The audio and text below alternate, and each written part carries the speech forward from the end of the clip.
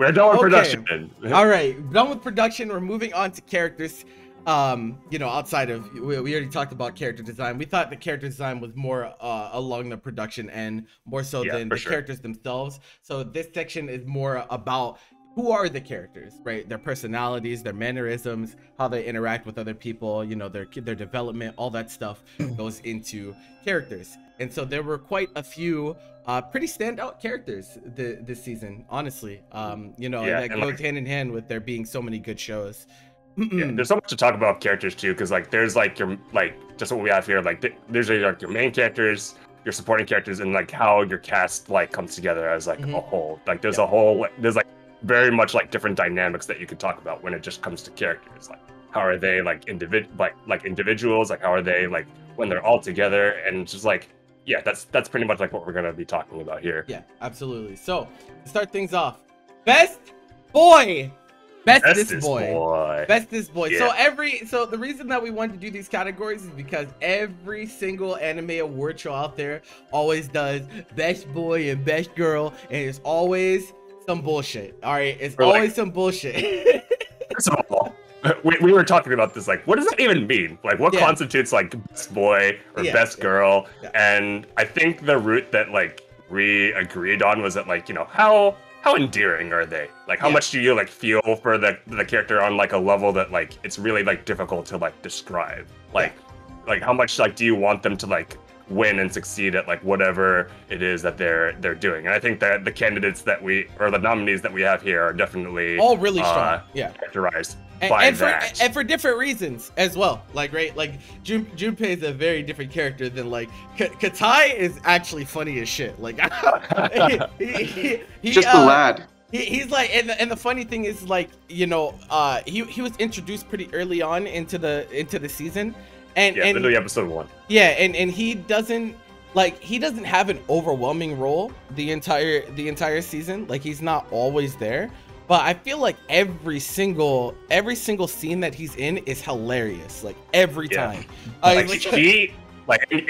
He's definitely like one of the characters that makes me think that like the way Komi like constructs its comedy is very like well intentioned, because like every scene that like Katai is involved in is very much based on misunderstanding, but it's done in such a funny way, or like we get like the clearest picture of like his headspace, whereas like everybody else kind of just has to like read into it differently, other than Tadano. Tadano is the only one who like knows what's going on with like Katai. And it's just like the scenes constructed around him are just so fucking funny. I'm rooting for him. I always want him to that's facts. To be understood, bro. I think that's an important quality for bestest boy, is that you kind of want them to win. Like you want them to succeed in whatever they're doing. Just like Junpei, obviously we know like we want him to win. Like we want him to like be recognized for his passion and his efforts for ballet. And Ishigami, like, he was definitely like one of the standouts from like the last season of Kaguya in season 2, but he got even like more this season, where like he's really taking steps to you know, improve himself, improve himself and you know, pursue somebody he feels very like genuine feelings for. And I think for Ishigami, it's really awesome, because when you learn his backstory at the end of the previous season, and then you're going into this season, and you see all the efforts he's putting in to break out of his own shell, to let himself be more uncomfortable, and to see not only just him trying, but him changing as a result of that, you can't help but feel like you want to root for him, you know? You want him to succeed. He's tried so hard. Yep. He is no longer the doomer boy we've seen in season 1. Yeah. It's a fact. Then our next so Lloyd from Spy X Family, and it's funny because, like, you know, the story of Spy X Family is Lloyd's story, right? It literally is Lloyd's story, but because of the strength of some of the other characters, it feels like sometimes that he's not always the main character. But I think that show does a great job of bringing us back to the fact that this is Lloyd's struggle. The shit that he's going through is completely ridiculous, and the scenarios that he finds himself in are really tough, and he handles them with a certain level of grace, and hilarity. Like he just the stuff that he has to go through, and also like he has some really cool sequences, like with the way he does disguises and shit like that. I think he's just a really cool character. I think it's like, I think it's really endearing, like that, like, you know, this was an expectation for the series that we had, where like he like goes in expecting like one thing just to like fulfill his mission, like that's what he's been doing like his whole life, but he gets something like more meaningful out of it with like his like you know, the establishment of his family unit, and just like even like by the end of like this first part, because like we are getting part 2 in October, like he is really like growing into this father role, and like just, you know, and I guess like this husband role, and he's getting something out of it, and I really feel for him. I agree. It's crazy how they like made like a spy have like really human problems with us. If anyone's overworked, if anyone's like really overworked, it's like that one episode where he was just like dying. It's like, dude, I feel you, man. Nagomu is sick because he is not your typical character. Now, I had this problem when I first started watching Daemon, is that like he is actually like 30+ years old, like he's older, but he doesn't look like it. All these characters on the second page are like these handsome gentlemen compared to like the first page, which are like you know, the teenagers.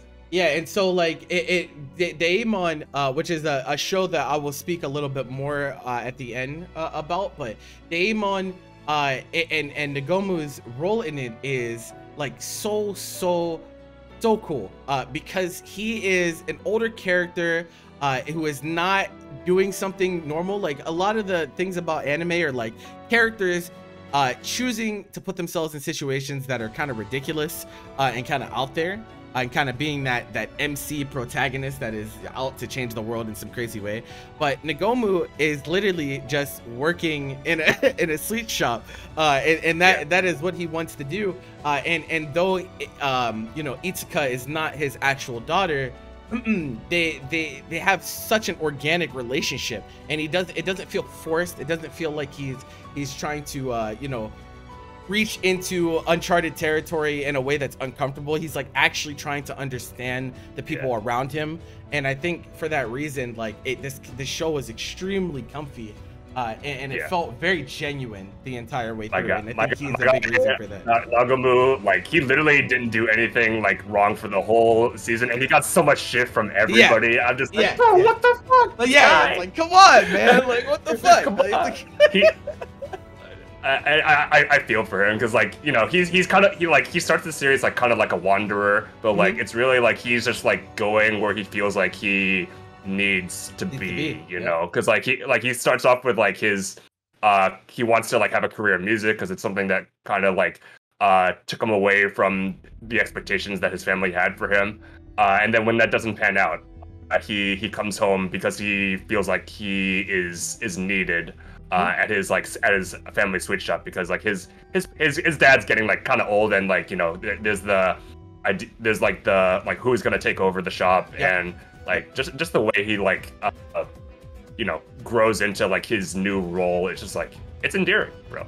And like I guess I'll like mention like Coming before we move on to the winner, but like this guy is like he like kind of like makes the show, and like it's not like we're like rooting for him per se, it's just that like we know that he's gonna like concoct something that is like so fucking like bonkers that it's just like he makes the show like fun to watch, you know. Like he's really like the focal point in pretty much like every episode, even like the ones that seem to focus on someone else. Like his presence is always there. And there's like, a reason. Man, like, he's the man behind the curtain, you know. He's the one manipulating the strings, you know. And there's a reason the show doesn't exist without him, and there's a reason his name is part of the title. He's your boy. He keeps it exciting. Amongst all our fantastic gentlemen, I want to just re-highlight that just because a character doesn't win doesn't mean that they aren't fantastic. I do genuinely believe that all of these characters are very standout, and that's why they even get nominated in the first place. But there can only be one winner, and this time the winner is going to Junpei. It can only be one. Yeah, and so the reason that I think Junpei has to win here is because he's not he's not just your average MC.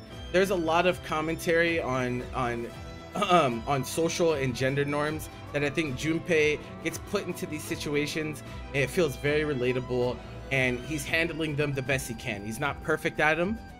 He's not perfect at them by any means. He's a very flawed character at the end of the day, but he accepts his flaws and keeps pushing forward despite the environment that he is put in. And you know, as someone who has been in situations where, you know, I've been interested in things that aren't necessarily the norm for you know, my group of people, whether it be race or gender or whatever.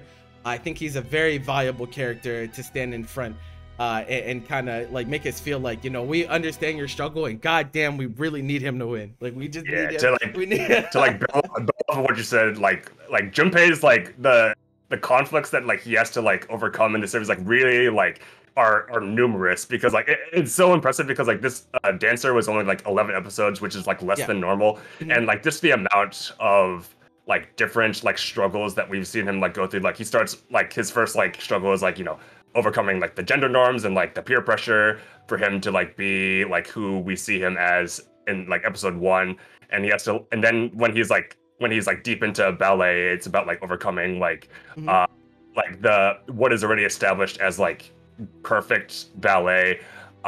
Like there's so much to talk about. I could talk about Junpei all day, and like let me tell you, like every time like the different arcs that like he was a part of, like they reached their climax, I was like literally like in my room shouting. I'm like, yes, that's my boy, that's my boy, this was up. And I'm like, bro, like this doesn't happen, bro. I was literally like not even just like internally rooting for him, I was like externally rooting for him, bro. I'm like, yes, that is what's up. Dude, like he's so pure, dude. Yeah, he's so pure. Like when you see like seeing his like inspiration as like a little kid, just like the twinkle in his eye, I was just like I was immediately hooked on him. I was just like, this kid, yo, I'm in. This guy is awesome. Yeah, that Junpei is definitely a worthy recipient of this golden whistle. Now this is a category that's kind of cursed. And always cursed. Listen, it's cursed because when other award shows do this, it devolves into very degenerate, they call it waifu wars, I guess is what they call it. There's a reason why we did not call it best girl, and we called it bestest girl, and that is because of our first nomination. So like the thing is like too often when people are talking about, you know, best girl or calling people waifus or whatever, it's like pretty much solely about sex appeal in a lot of cases. But there's a lot of value to these characters outside of aesthetic value as well. Like there's some very genuinely very well written characters that also happen to be women, and that doesn't mean that they have to be sexualized or anything like that. They could just be great characters that also happen to be girls, and that's fine. That's totally fine. And so our nominations for this time around, I think, are characters that, you know, you might find some of them you know, appealing. But like, if you find this one on the left sexually appealing, you need to go. Like, just go away. See your way out of the street. Yeah, I will not hold back on this. Please don't do that. But these characters are pretty sick. So our first one, Anya, right? It's literally a child. It's called complete. But she's like a pure eccentric. Like it's such a crazy character because she's can read minds, but then she also has a very juvenile understanding of the world as we know it. So like, as if her power was on an older character, then like this could be used for very nefarious and very like cheating purposes. But it feels like her natural limiter is that she's young and she doesn't really understand the implications of the things that she's reading. Even though she can read minds, she doesn't really get what it means. And I think that's something that is really cool about Anya and the way that she's written. It's not that, you know, she has a really broken power to read minds, but it doesn't really make anyone's lives any easier. If anything, it just brings up a new set of challenges that she has to contend with. She really is the glue that holds the relationship together, because she's the only character in the whole show with full knowledge that Lloyd is a spy and Yor is an assassin. And so she like is the she is like really the glue in like the relationship, and also the medium for the audience in a lot of cases, where she is the one giving us the full story. But because she's young, you know, we understand, but she doesn't understand. There's like a dramatic irony there, and so it's really fun to see her like reactions, and that's the other thing about it. The facial expressions that she makes are so incredibly funny. Yes, they are. There's something to be like said about like really well realized kid characters, because like a lot of times like kids in like anime are like just kind of like bratty background characters. Like that's really like all we get of most of the time, like whenever kids appear in anime. But like for characters like Anya to be like such like an integral like part of the show, and the way like she's implemented, and like just like her story of like just like wanting to find happiness in a family, like it's like that, like you just want it to happen. Like I remember like the scene in like when she's like getting interviewed to like go into like Eden College, where like she says that like I want to like be like with Papa and Mama like forever, and I'm like, bro, and like we want it to happen like so badly, like because like we know like as the audience, like we know that like this whole like situation that we see in the show is like constructed because of like Lloyd's mission, but like in like from the bottom of our hearts, we just want like this family unit to like be like a real thing, as real as it can get. And like there's something to be said about like something that like starts off like this, but then you've all the characters like find something really genuine and authentic in something that is like inherently fake, you know? And I would also say that you know, as when we're talking about characters, I also think her voice actor elevates this role to a level that she will be mentioned later, like for sure. She absolutely killed this role, and it's not easy to do. It's not easy to do child characters. It's a grown woman or man. Like it's not easy at all. So definitely an impressive performance on that as well. A very, very amazing character in Anya for sure. For sure. Definitely deserving to be in this category of bestest girl. Yeah, that's fact. By our definition. Anyways, Hayasaka, dude, like so many characters this season like got really, really great moments, but like we really like got to some of the nitty-gritty of like what makes Hayasaka like tick, you know? Just all the scenes that she's a part of like serve to like progress like how she really feels about her situation as like kind of like being tied down by like the Shinomiya family. Like how she feels like very like neglected, even though that she is like in the same like age group as like all the other characters. Like she really just doesn't get to like live a normal life like the rest of them, and she sees like everybody as like very spoiled, and like rightfully so. And like you know, in the rap sequence that like we didn't get to like see like the full version of that was like her like the crowning moment of like the series in my opinion, where she just got to like let all of her like vent all of her frustrations in like this very like cool way, in a way that only Kaguya as a series could probably do justice. I think the character is because she basically lives like a double triple life, and so more than that, honestly. She just does too many faces. If you weren't aware, this is the character who Chika thought was a boy in the rap sequence and was disguised because of a bunch of layers of misunderstandings, because they live like a triple, quadruple, quintuple life basically.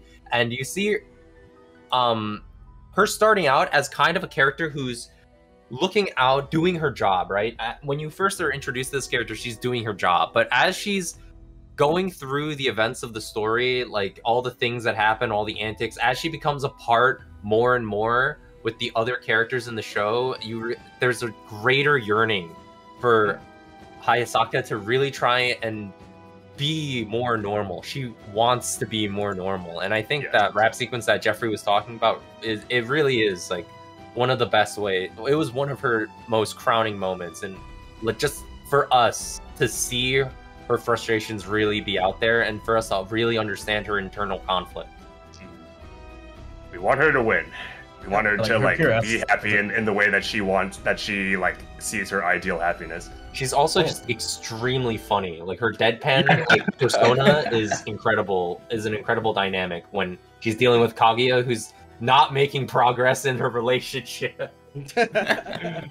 And so Komi is a character that I think you know, her role in the show is like, it's so interesting to me because in essence, right, it is the series is about this character, but I think because of the characters that she was surrounded by, it kind of takes some of the necessity off of her, because she's thrown into these situations that are just completely off the wall, let alone for someone that has social anxiety, right? So she has to contend with this character flaw that she has, and she, you know, she's constantly making progress and constantly trying to overcome, but it feels like as she makes more and more progress, the situations just get more and more ridiculous as time goes on as well. And so you know, very, very endearing character. It's literally a character with two faces. I don't know how they managed to make a character, like they literally took, they made her eyes round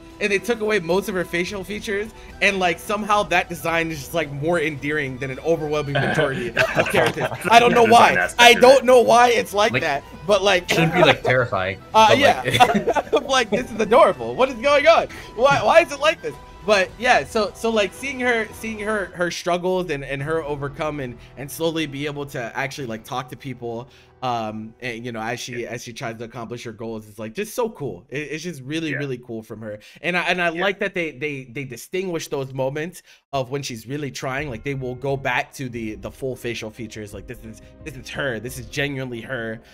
You know, when everyone's not looking and everything, and she's really like genuinely giving her best shot. We get those moments where it's just like really organic and really genuine. So like kind of always rooting for Komi, cause she has a lot to deal with, bro. Well deserved. She has quite a lot to deal with. These three are probably a little bit less popular than the three that we named. Kind of like the dark horse category of the best. Which is nuts, to be honest. And so like Shikimori is like a completely different type of like, you know, female lead than we're like used to seeing.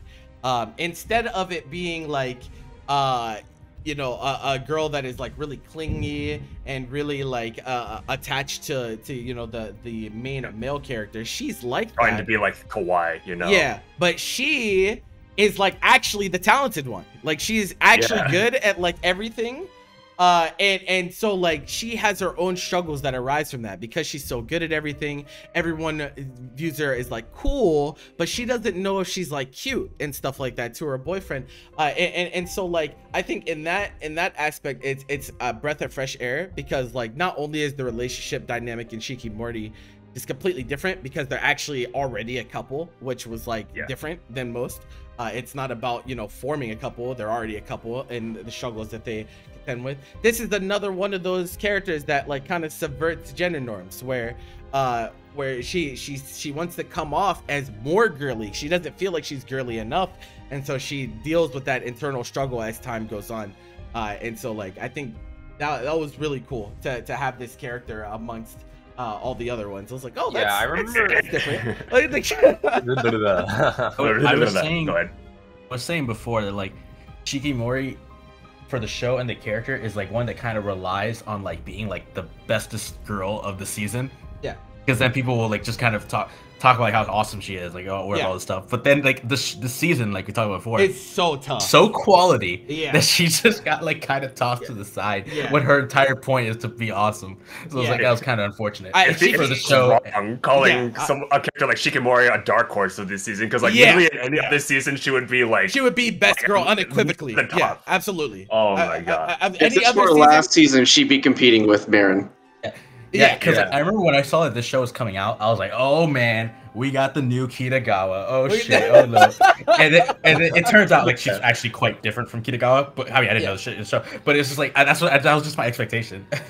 Yeah, like I remember at the very beginning of the season, like a lot of the Twitter discourse, and there were, I don't know what it was, but there was all this talk about like, ooh, this is the new like femdom like character. And I remember I was watching the show and I was like, this this character's really well rounded. What the hell were they talking about? Yeah, it's like not at all like that at all. So it's like, okay, yeah, all right. Twitter's degenerate. I remember going into like Shikimori, like thinking it was like not gonna be like my thing, and like after watching just like, I don't know, like 1 or 2 episodes, I'm like, I'm thoroughly like enjoying it. Like I really am. And it's like, it's kind of sad that to say that the show got like really overshadowed by like the, you know, putting it very like bluntly, better things this season. Yeah, it's just hard.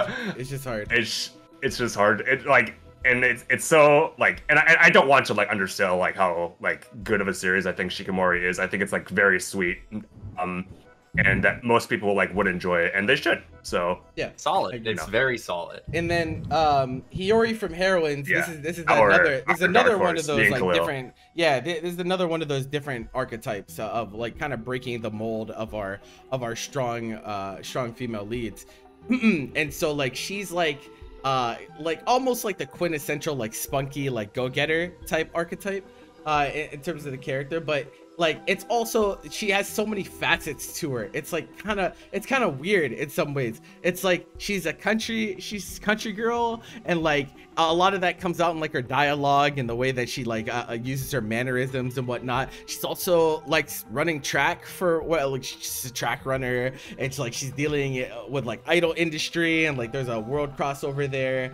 She has to deal with like her friends that she previously had, and balancing, you know, work versus school life, and all of this while trying to raise money just because she is down, like kind of down on her luck, and wants to help out her family. Yeah, she's poor and she wants to help out her family, and so she has a lot of responsibilities to a lot of different people at once.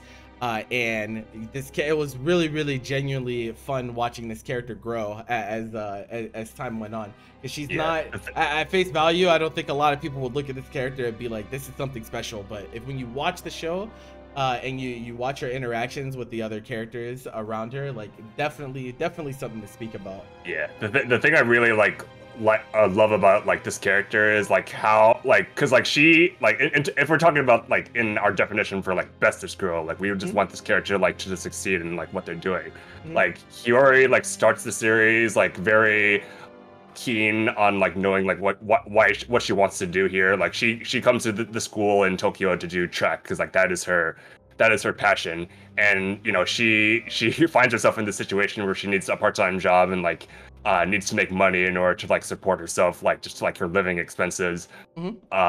And she finds herself in something that like she like at first reluctantly like takes on just because like she has to, but like she really like finds some value and meaning to like her new position, something that she didn't really expect. And I think there's something really special about that, and like really it really like plays into like being like in tune with like all of your experiences that you have, like especially when you're young, you know.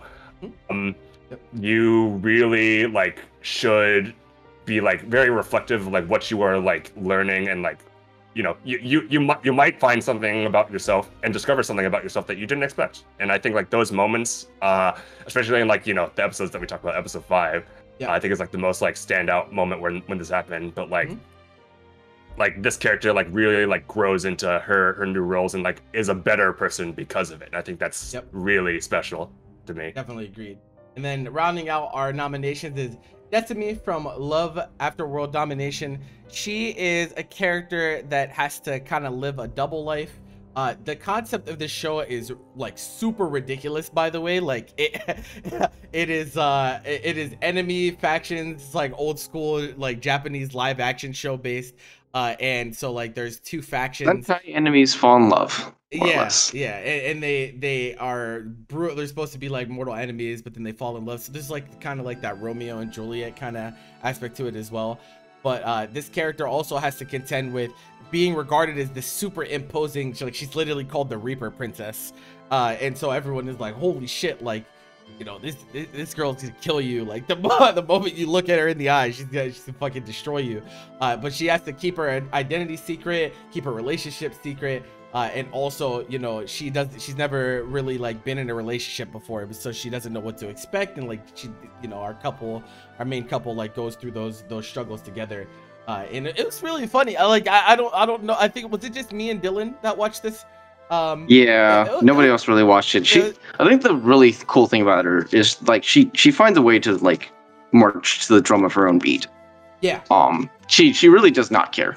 Yeah, she really doesn't. Like she really does not at all. It's actually really funny. And this show definitely was one of the more slept on, but it was definitely an enjoyable watch amongst with how many rom-coms we had this season. This was definitely gonna slide under the radar. It's just how it goes. It's how it goes. But our winner, and before I name our winner, I would like to point out that I believe that this is literally our most contested category. I think that 4 characters got 1 vote and 1 character got 2. So like it is literally the most like vote was like between like me, Bobby, Dylan, and Miguel. Yeah. And like we spent like a night discussing like who we thought should win. This was the only one where we all said different answers. Yeah. And Khalil had to be the tiebreaker. Yeah, so. I was the tiebreaker. So baby, Hiyori, there she is. Hiyori is gonna be crowned our bestest girl. Now, once again, like I said before, like just because a character doesn't win does not mean they're not fantastic. I genuinely think all the characters that we named could win. All of them could win. There's only 5 of us though, so like we there's only 5 of us, so like we gotta make a decision. And you know, I think that there are a lot of really cool things that a lot of the characters, a lot of the girl characters did this season.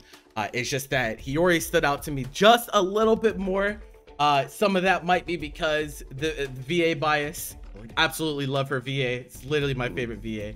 But I genuinely do think that this character brought a lot of value to the table this season. Yeah, same here. As a person among us who like watched the show, like this is where my vote went as well, just because like I feel like it was like, well, like man, this was like such an upset, like considering who was nominated. We literally Anya, the votes got split.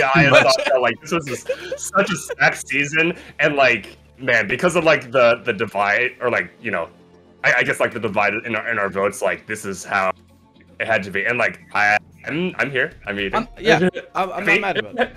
Yeah.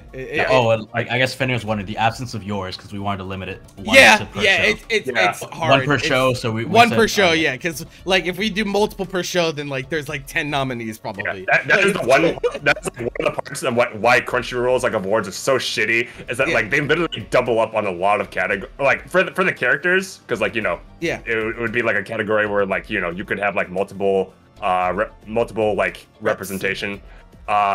We're not doing that, bro. We're all about like even like representation wherever we can do it, you know. Okay, right. Moving on. So like so this is best overall main character. So this is not. So yeah. So like this is fine. It's actually fine that this is a little bit of a faster category, just because you know obviously we could sit here and talk about you know characters for hours if we wanted to. So what makes a great MC is kind of different depending on who you ask. But I think the most important thing for me about an MC is that it has to, the MC has to exist within the show's world and express its ideals to the fullest extent, or the best extent that they possibly can.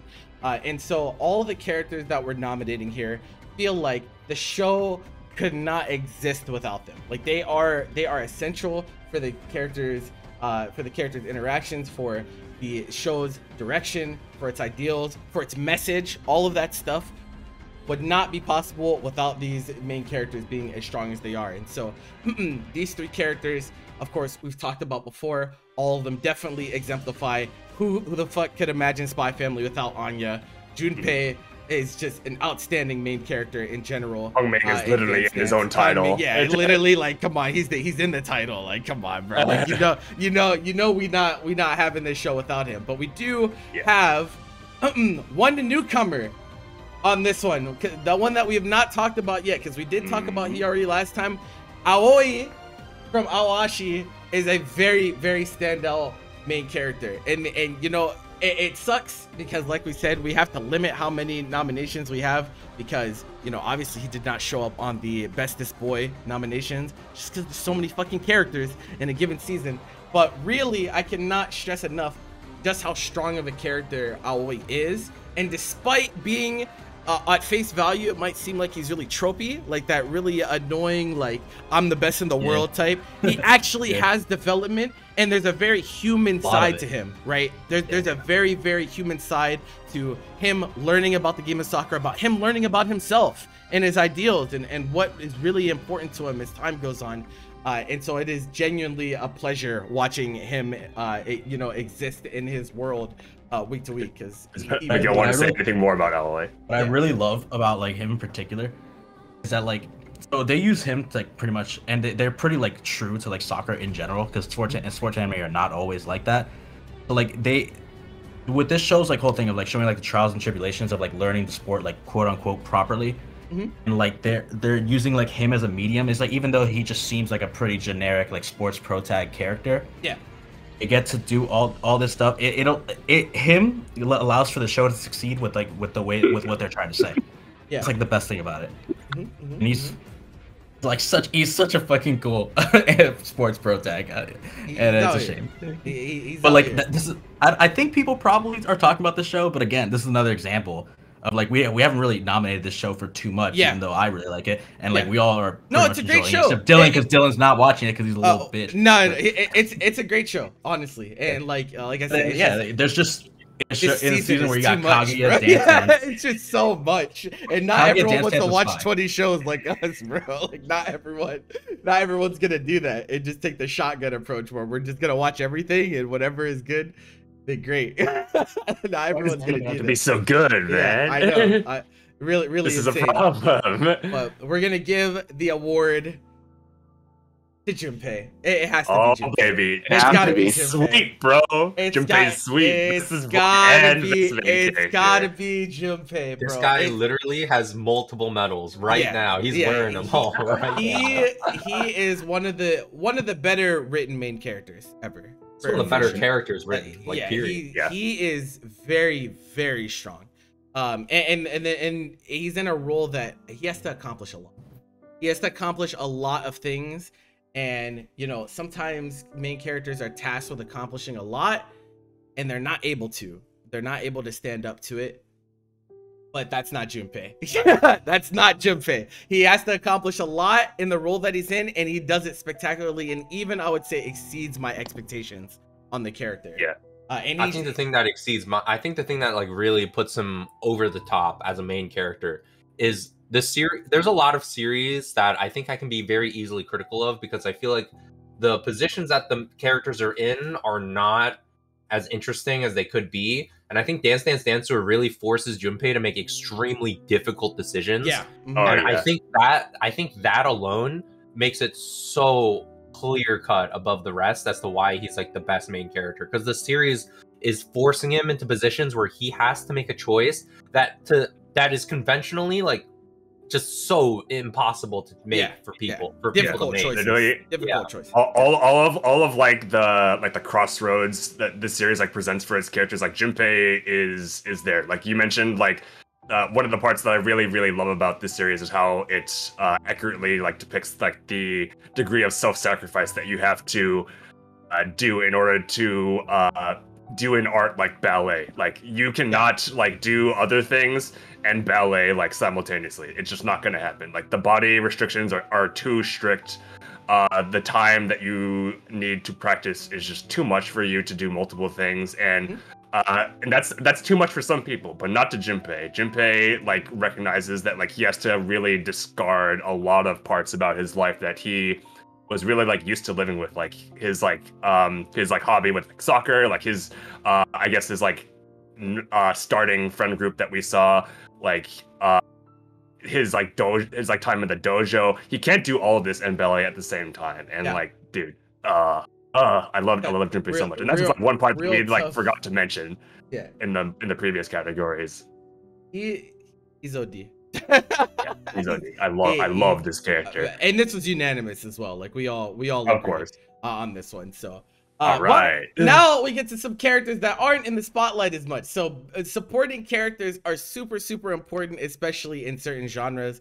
Of course, rom-com is something where the cast and the supporting characters are really important, because, you know, you can't just have 12 episodes just about the relationship and that only. There has to be some type of absurdity and some type of, you know, relief put in by the supporting characters. And so that's what these characters look to accomplish. Now, they're not all in rom-coms, but, you know, you'll notice these first three are. And they bring something really unique to the table for all of them. Like, for example, Ren Yamai should be in jail. And so, oh my God. And so, like, she should be in jail. But the problem is, right? It's not about. Do I think the character is like? Do I want to marry this character? Do I think this character is super pleasant? The thing about Yamai is that her characterization is extremely strong, and it elicits a response every time she's on the screen. Every time that this character's on the screen, you have a reaction, and you know.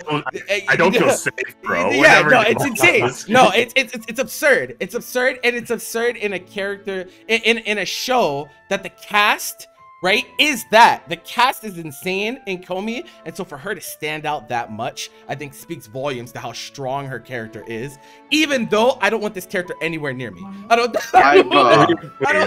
never seen a show's the tone or dynamics of a show just change so much with the appearance of just a single character. Whenever she's in, the atmosphere is different. Bro, crazy thing is that she consistently outdoes herself too. No, it is. She does. We're seeing a lot because, like, in the first season, she literally like, committed a crime. Yeah, she literally kidnapped Tadano and had him in the closet. I was like, bro, what the fuck is going on?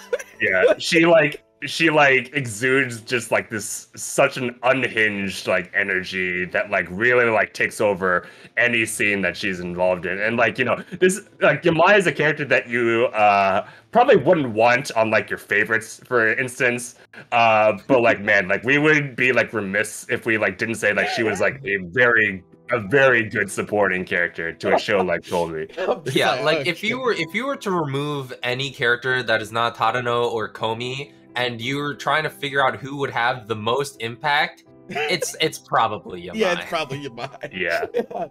But, bro, it's just so, oh my God, what is wrong with this character? What were they thinking? I don't know.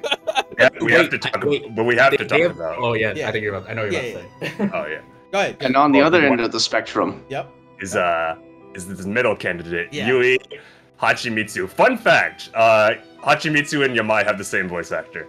Yeah. Gosh. Oh, the duality of Seiyu, bro. Like, literally, how do you go from, like, unhinged, like, criminal character to, like, this, like, the living organism of all time, is what I would say. She's so... just existing. She's so, like, I don't know, it feels like she's just unenthused. Like, not unenthused, but, like, she's just really just living her life. Like, she just, you're like, all this ridiculous shit is going on. Right. I've never seen a bigger mood for a character. She's just so... Oh, man. There's something really comforting about this character. Like, there's like, no matter what is going on, she's always there with that same little smile on her face. It's just like... if you told me, like 1 or 2 episodes in that Hachimitsu would be, like, our favorite character, I would be like, you're fucking whack. And then she just is, like, the thing about her is, like, oh, dude, like, this is probably, like, the best way I could, like, describe this, but, like, just the fact that, like, she doesn't, like, change, like, her, like, facial expression, but we, like, really, like, know what she's feeling at all times. It's just, like, so impressive. It's, like, so impressive. With one face, she's very emotive. Right, Okay, here's a story. Like, me and Miguel were watching with, like, our one friend who is, like, really, like, not, like, enthused about anime, let's just put it that way. Like, we were saying, like, dude, like, this character is actually, like, so fucking funny. And, like, they, like, agreed because, like, they're very, like, adamant about, like, good character design, like, being, like, very representative of, like, what a character is. And we were just like, dude, just look at this one character. And they were like, oh, shit, that's actually, like, so cool that, like, we can actually just, like, tell what's going on with like Hachimitsu, even though that she doesn't change her facial expression. Like, okay, she's legit hilarious. Like it's like in some ways inexplicable, how a character with such little change in facial expressions can actually be this funny. Yeah. But she's legit hilarious. Like it's she's also like the voice of reason character. Funny enough. She's like the most like grounded out of like the 5 like main characters. Like everybody, every other character is like going off like doing their own thing without like much care, and then Hachimitsu is just here like keeping it held down. It's like absolutely insane. We already went into detail about Hayasaka, so I don't think we need to say too much more about her. But we do have 2 new ones. With Chizuru Godai, and man, I fucking love this character. Yeah. I really love this character. You would like this character. Awesome. Yeah, I love this character because I think like teacher-student dynamic is something I think is really difficult to express in a way that you know, because like when we're used to talking about relationships, most relationships are like, you know, a husband-wife or a girlfriend-boyfriend. You know, sometimes we get some parental things with, you know, son-daughter, father-son, like all that stuff, right? But teacher-student relationship is something that's like really sacred and exists without outside of the bounds of like, you know, like like romantic relationships. And so like this character is very strong. Like she has very strong characterization. She has great personality. She feels very, very human, but also very stern. And that's something that Junpei needs extremely in his life. Like he really needs that person that is gonna keep him from you know, drifting off into the clouds, because he does have very, very lofty ambitions.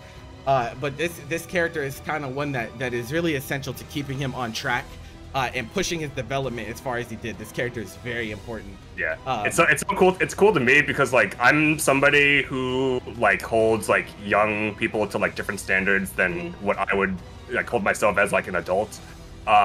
You know, I would let like kids like, you know, make mistakes because like I feel like making mistakes is like important. But like there are characters like Chizuru who are like no nonsense. Like I'm not having any of your like middle school bullshit. You're gonna like learn today. That's right. Like, you know, like young people need people like this in their life, and like while I'm not like that one to like be that person, there are definitely like characters and people like Chizuru who like can really like impact the course of someone's life. Because like dude, there's so many like stories of like people just like in school who had like a bad teacher of something that they felt like they would really enjoy, and then they don't end up liking that thing as much.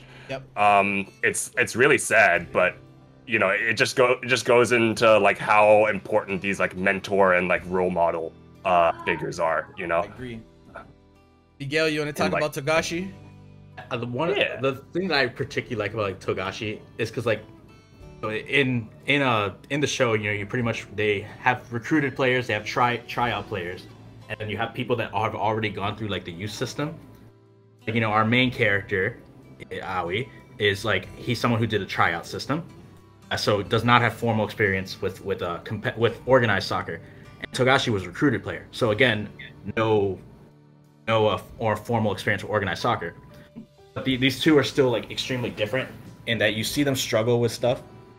Like the people who already know organized soccer like are not quite struggling as much with because they get it already.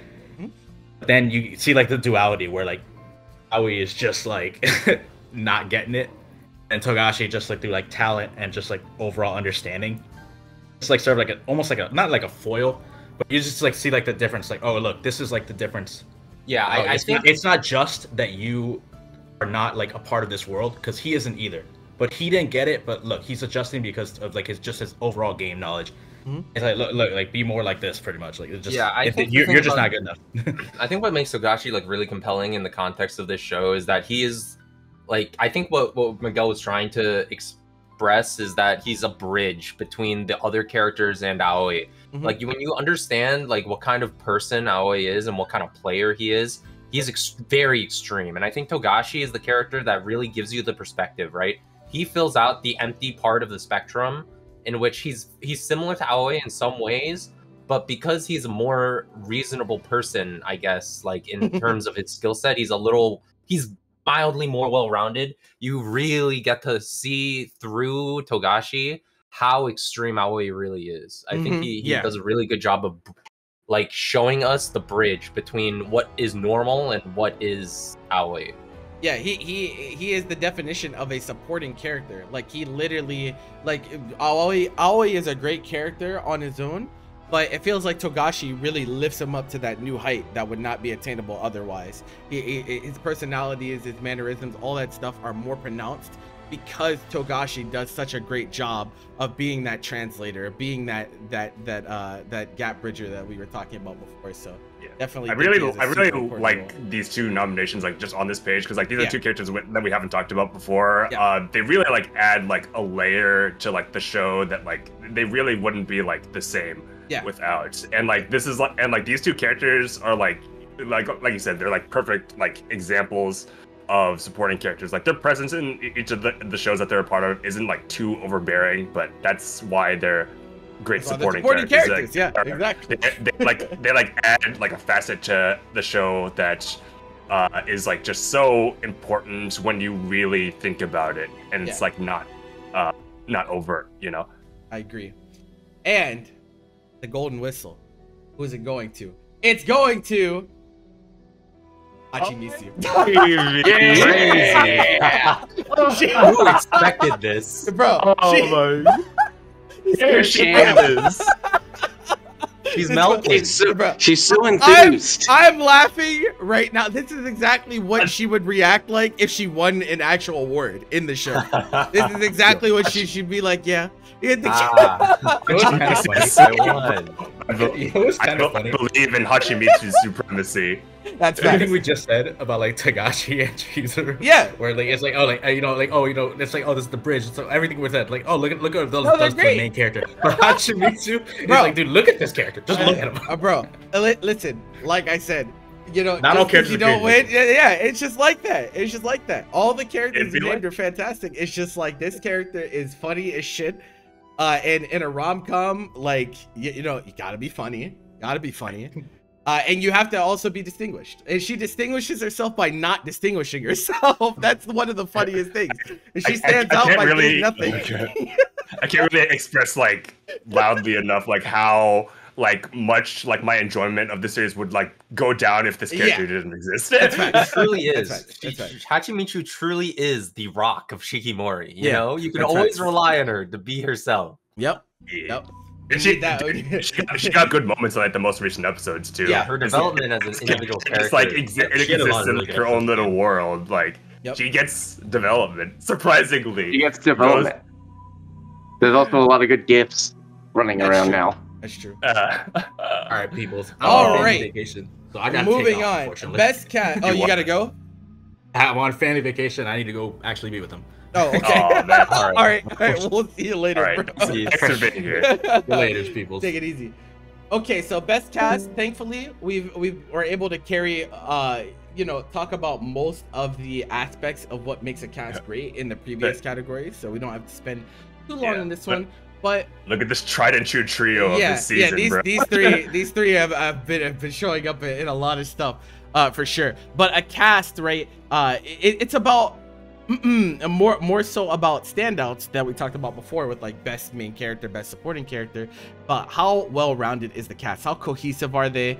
And how strong are they as a collective? And that is really, there actually is cast synergy. Like that is a really real thing. And you know, all of these shows I think have pretty standout casts, definitely, and some of them are bigger than others for sure, like what we will soon learn. So we have these three, and then you know, you'll notice most of them are rom-coms, because in rom-coms cast is very important. You need a good cast in a rom-com. You have to have a good cast, and so you know, there are a lot of candidates. You know, there's 5 candidates that we were like, okay, these casts are pretty strong. Some of them are because of, you know, just how strong the supporting characters is. Some of them are because, you know, the main characters happen to be really strong. But one stands out amongst all of them.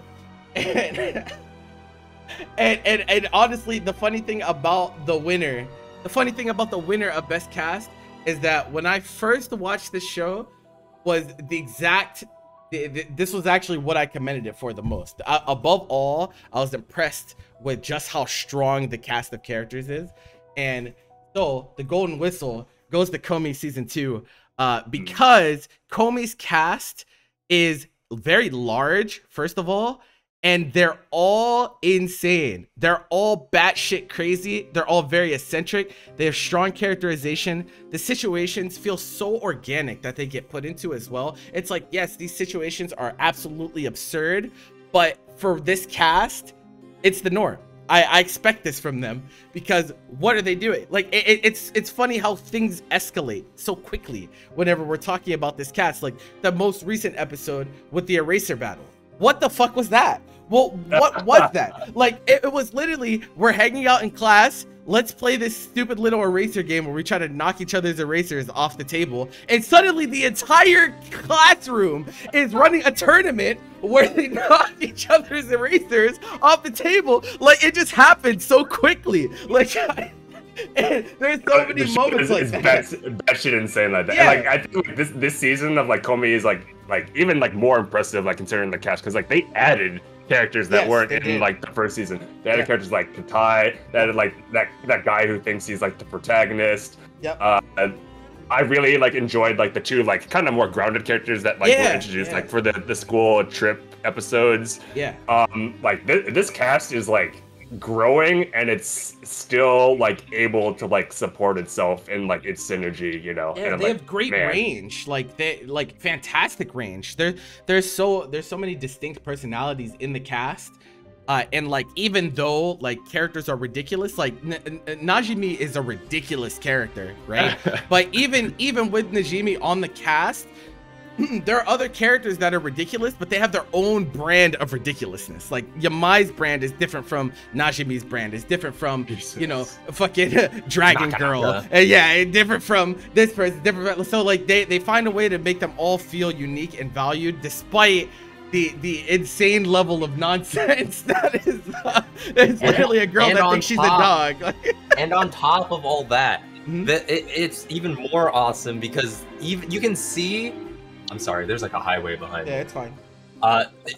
Even beyond all of that, you can see within the cast, the characters are individually developing relationships between each other in like the supporting cast, within the supporting cast. Like the rivalry between like Yamai and Naka that keeps on sprouting up.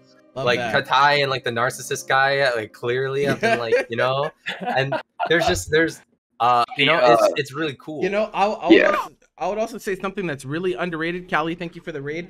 I would say something that's really underrated is the family members of the main characters as well. No, the family members are OD. The last few episodes of Komi 2 made me really appreciate Tadano's sister. Like, I think Hitomi is legit a hilarious fucking character. Komi's dad is hysterical. Komi's mom is hilarious. Family is even the characters that don't get a ton of screen time all still feel really unique and genuinely funny in the situations that they're put in, and I think that's like so fucking cool. Despite them, you know, only being around for an episode or two, they don't necessarily need a ton of time to be like, oh damn, this character's pretty sick. It's so cool. Like I feel like any combination of these characters in any given scene would just work. Yeah. like Bobby was saying, like there are like certain like, you know, relationship dynamics that like are established, but I feel like there's just like endless possibilities for how the show can like craft like a comedic scene. And that is like a hallmark of like a really, really good rom-com. It's really incredible that like this show can continually just introduce more and more and more characters with like these distinct personalities and designs and make them all memorable. Yeah. In one form or another. Yep, that is definitely true. Komi 2, Komi 1 definitely had an amazing cast too, but somehow they made it even better. So yeah, here we are. How do you do that, bro? And now we move on to music and voice. And so like one of the most important aspects of a show is its environment and its atmosphere, and music and sound design are something that are very, very difficult to do correctly, but can really elevate a show from you know, good to great, or you know, from great to a masterpiece can be enhanced by an OST. And even if the show is maybe not that great, if it has a good soundtrack, you can still listen to the soundtrack on its own, and so you still get value out of shows. And so like something, you know, where me and Jeffrey are music nerds, and so like we value this very, very highly. And so we definitely thought that this was a category worth talking about. So we'll get right into it. And how do we start with with our category? What's the first thing you see when you turn on a show? Most of the time, it's the opening. The opening sets the tone. Baby. Yeah, the OP, you know, something that many people are familiar with. And there were some incredible OPs this season. Some really, really cool OPs. And you know, we did a whole episode on the intricacies of OPs, but like they did some really, really cool stuff this season. So Spy Family, you know, Hige Dandism, like he is really talented, like really talented. He also did the Tokyo Revengers opening song. Like he is really killing it. But the thing that really sells the opening for Spy Family for me is the kind of the abstract concepts that they tinker with in the animation, because almost all the animations are unique. They're not recycled from the show. And they experiment with like different art styles, and they transition so well. It's like crazy because it complements the show in the way that, you know, we talk about Spy Family does a lot of things. It tinkers with a lot of different concepts and it does them all well. I feel like its OP is like that too. It tinkers with a lot of different things, but it still manages to be a good cohesive work whenever they're put all together. Yeah. And so sure. I think this OP is fire. I definitely tried to like capture like the best moment of like these openings. Yeah. Shout outs to ImageFlip, by the way. I had to make these gifts manually. But like this part of the Spy opening, like where it transitions from like the storybook style to like what the show like actually is, it's just like so cool. Mm-hmm. Like Lloyd turns off the light, and now it is like the show proper, and how you experience it, and like that idea is just like so cool. Like kudos to like the opening director to Masi Ichihama, because like a lot of people don't know that, like, you know, making an opening is a very like similar process to like making like an episode of anime. Absolutely. Like there is a director, there are like key animators, like there's obviously like a lot that you have to think about in like syncing like the song and song choice. Like there's so much that goes into it. I really like love like recognizing why like these openings are like so good for what they are. Yep. And then Dance Dance Dancer opening, I think the thing that stands out the most to everyone when you watch this opening is perspective. It's first person POV from multiple different characters, and it also brings that personality and that flair that we've come to love with this show. About you know, it has the whole Sparkles theme the entire time, which is like a reoccurring theme with Junpei, and it also, once again, is not at all recycled. All this stuff is, I'm pretty sure, OP original. Like there's no like stuff that's just copy and pasted, because you know, I hate it whenever they do that. But this scene where he runs through the door and then like he experiences like a whole new world. It's just like, oh, he's in his own world. Yeah, it's just he's found something really special, and like it personifies, you know, the ideals of the show to a T as well. And then Kaguya, like, bro, look at these backgrounds.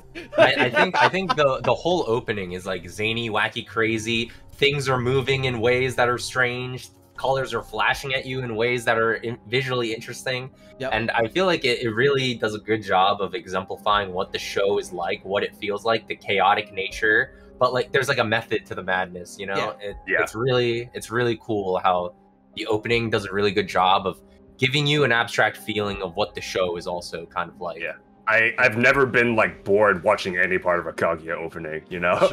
That's definitely true. And then baby, yeah. You want to talk about Kogming's opening? yeah. If Miguel was here, he would be like freaking out. But like, I would be like remiss not to like recognize this opening because it really was so fucking fun. Like this like one part that like I have in the gift is just like, you know, a portion of like what this opening like did. Like it's a very like groovy like dance. It's just like. It's like this is like the type of opening that you would like call unskippable.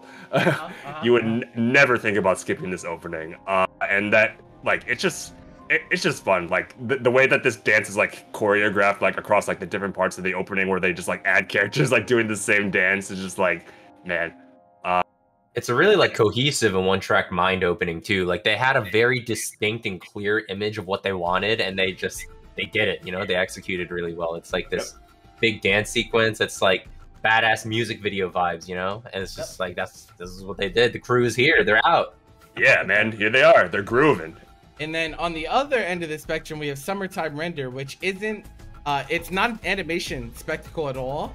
I wouldn't say, but it does do a fantastic job at tone setting. Like I feel like the song on this OP is literally perfect. Like it's absolutely perfect for the tonality of the show and what the feelings that the show is trying to make you feel are represented very, very, very clearly in the opening. And like I said, it's not a lot of like character animation, but they do a lot of this like subliminal messaging with symbols and shapes that really make you feel like, okay, I gotta buckle in for this episode because they're about to hit me with some shit. It's extremely like trippy, but it fits the show so well. Like I was like almost like convinced that like every time it like changed, like the animation changed, but it doesn't. It's just like it's so like unlike anything else that I've seen for an opening that like I subliminally like convinced myself like I haven't seen this before or something.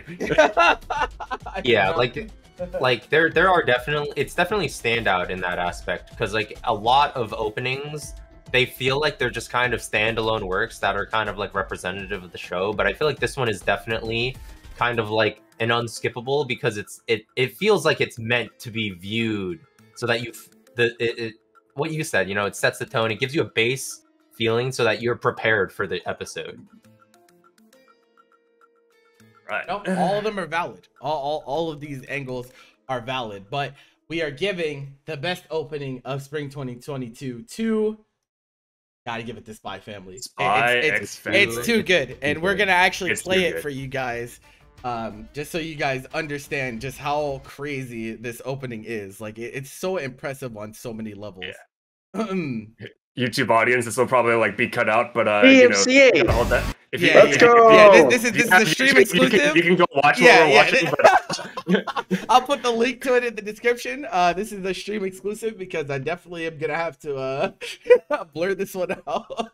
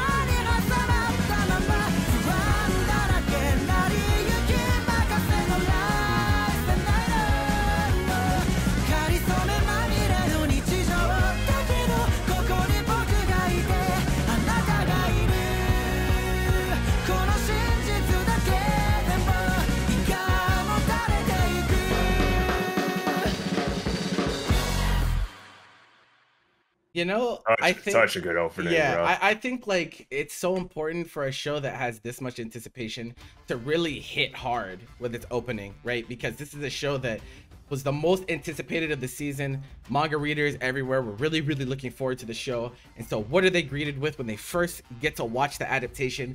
It's a very, very standout opening. It's very impressive on so many levels. And so they really should be proud of, for sure. They really knocked it out of the park with this one. Very impressed with Spy Family and how slideshows don't let me go on without playing videos. Okay, but after we get to talk about what happens after the show is done. Now, endings have a different dynamic because a lot of people don't watch them because after everything is done. You're like, okay, the show's over, I'm gonna move on. But if you stick around for these particular shows, you will learn that these endings are kind of fucking sick. So first nominee, once again, Spy Family's ending, I think is so fucking sick. It like the vibes that this ending gives me are like it elicits that feeling, right? When I watch this ending, I'm like, man, I really fucking love anime, bro. I really do. This ending makes me feel that way. Like I can't it really makes me feel some type of way.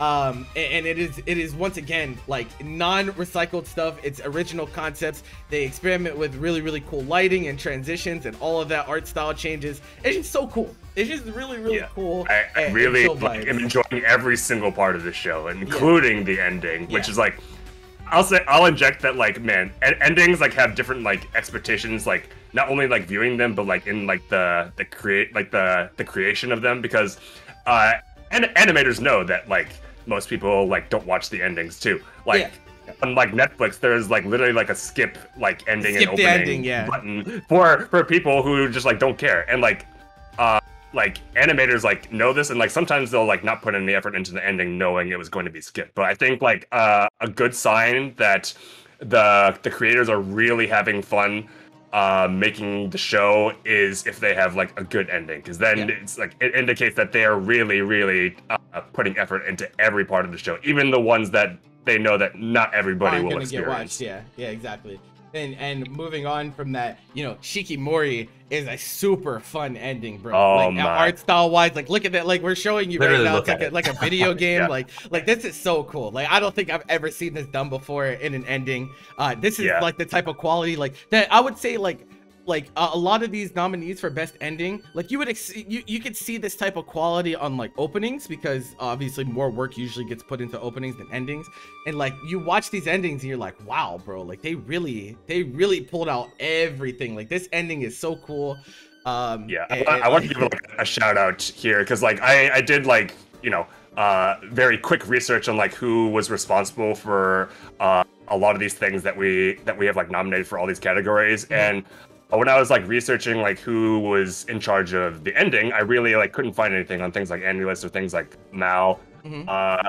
But then I had I follow like certain translators that are very like good at giving insight into the anime industry, and the people responsible for this ending, like Shikimori's, is actually an indie anime team.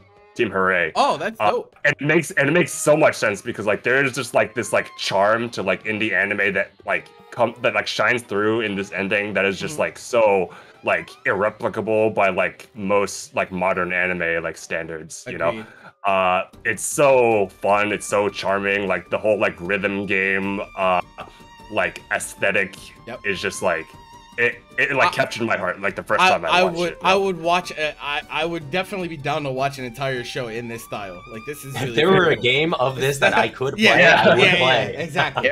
Oh, Muse Dash.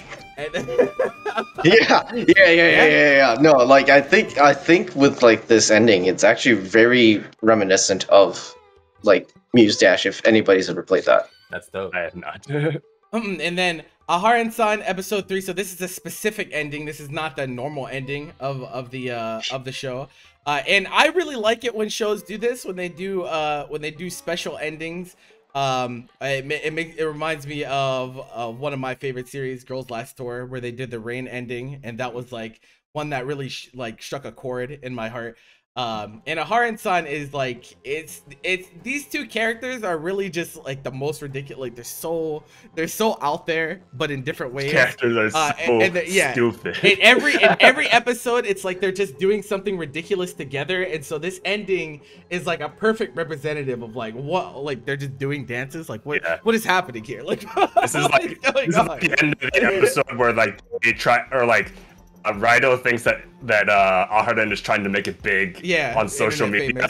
And then he kind of like helps her in that, even though that's not her intention. But like then it gave birth to things like this where they just do ridiculous things. It's like you said, it's so representative of what the show is. And another thing, like I said, I did research on who was in charge of these. I could not find who was responsible for this ending. I'm sorry. Like, I looked for like a little bit, trying to like find anybody who like talked about this ending, and I could not find anything. So you know, if you're like well versed in the anime medium and you know more than we do, then let us know who was responsible for this ending. I could not find it. And then our last two, of course, you know, but at any time, bro, it's like these dance shows cheating on endings, bro. Like it's just like it's. But I also think that one of the cool things about Dance's ending is this the section that you showed with the body parts like overlaid on each other like that. I think this is really cool. I'm not too sure about this, but I think this is how like some people like learn ballet, is like by like different positions like that you have to be at like certain points, kind of like, you know, I guess drawing a comparison to like what we're familiar with, but kind of like marching band drills.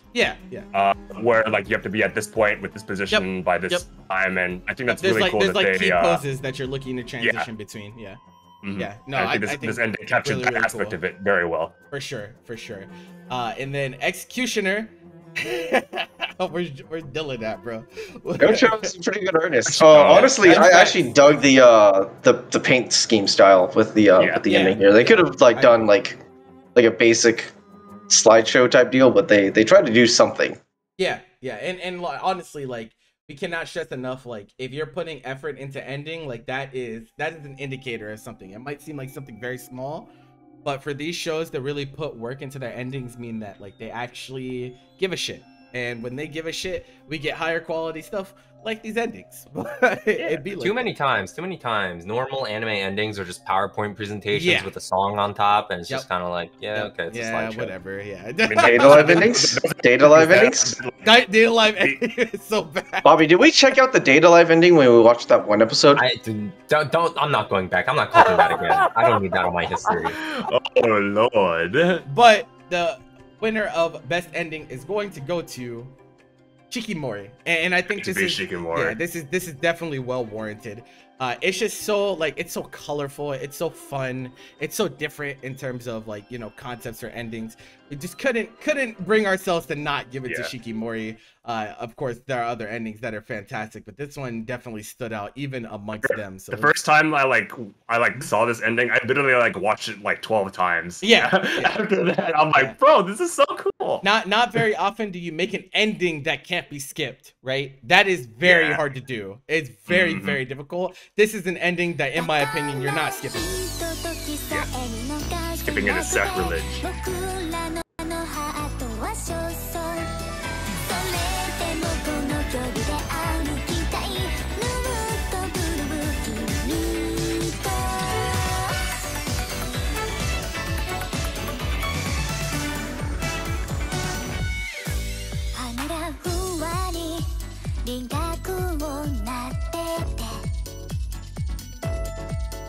I just now noticed that cactus dancing.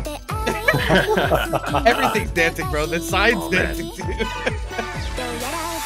The whole environment is having a good time. There's cactus number 2. Rude. Oh shoot, the game's getting harder.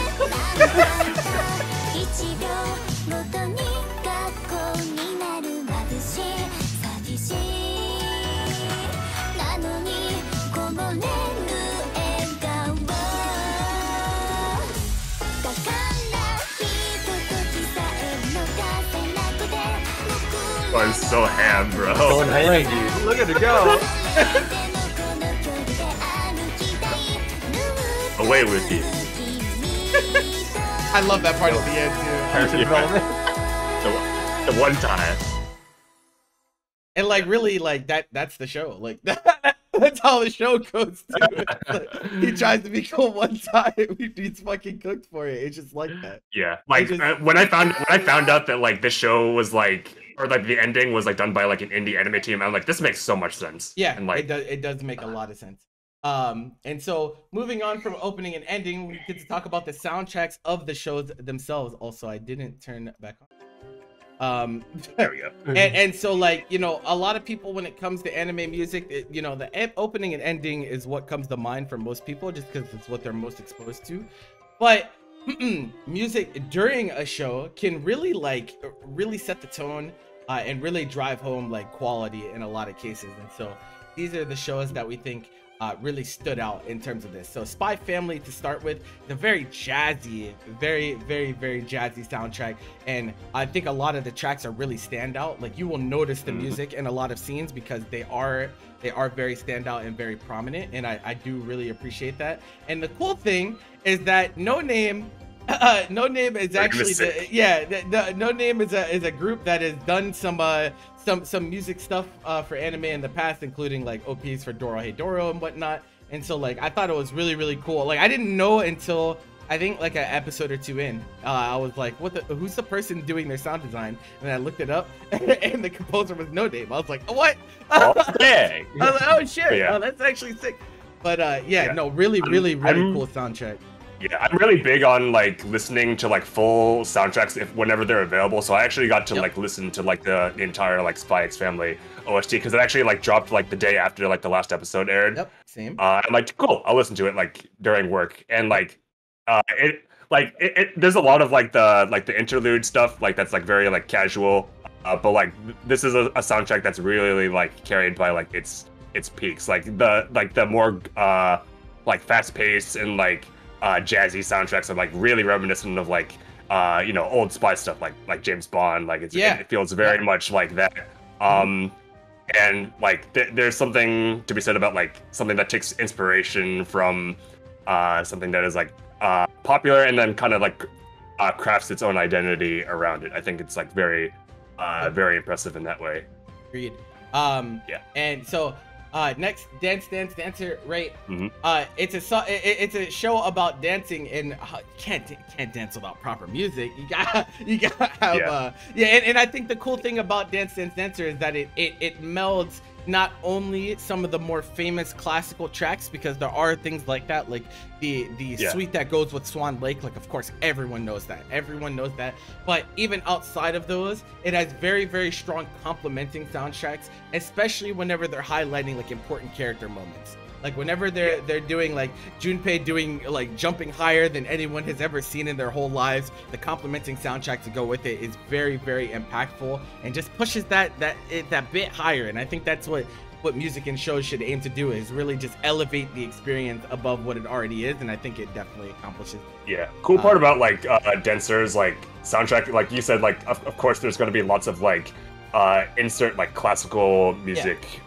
For things like the Swan Lake recital, but like for like the scenes with like when like Junpei is like training and like there's a piano accompaniment, like in the later half where he like enrolls in like the school or like the summer program, and they're playing the piano, like they actually like take those piano songs from the actual ballet schools. Like I was looking at like who worked on the OST, and like the main composer was who we credited, Michiru. Like they're responsible for like all like the interlude tracks and also like the music selection for the piano songs. And like the ones that they got for the training portions are actually like things that ballet that ballet like dancers actually train to, and I think that's really it plays into like how like faithful this show is to the art.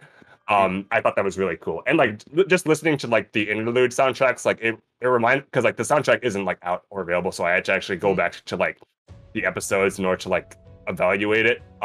It's like very reminiscent to me of like things that like Tensuke Uchiha has done. It's like very like hypnotic sometimes, especially like in like moments like the moment that like really stood out to me is like when Junpei is like training with like Chizuru for like the first time, and like he's looking in the mirror.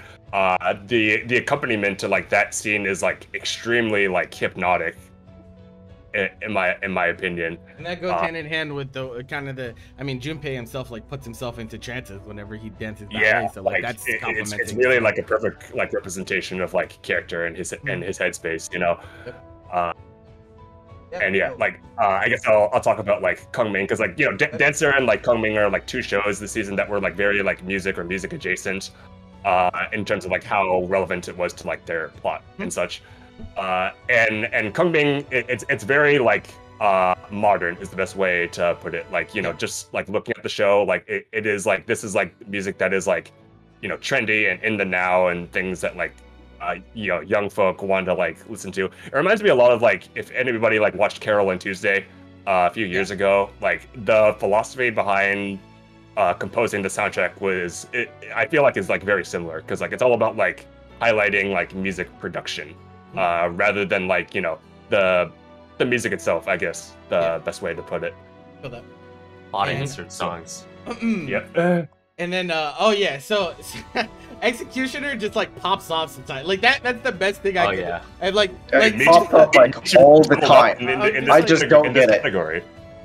I'm just like, all right, bro. I'm like, all right, that's what we doing? All right, that's what's up. Like, why are they going so ham? The number of like distinct tracks that like are just so memorable are like insane because like they're also like extremely varied in like the genres. Yeah. And like there's like Eurobeat, there's like Spanish like guitars, there's like there's so much, and it's like it's the Spanish guitar is what got me. I was like, what the fuck? All right, cool. I didn't expect that shit at all. Like what?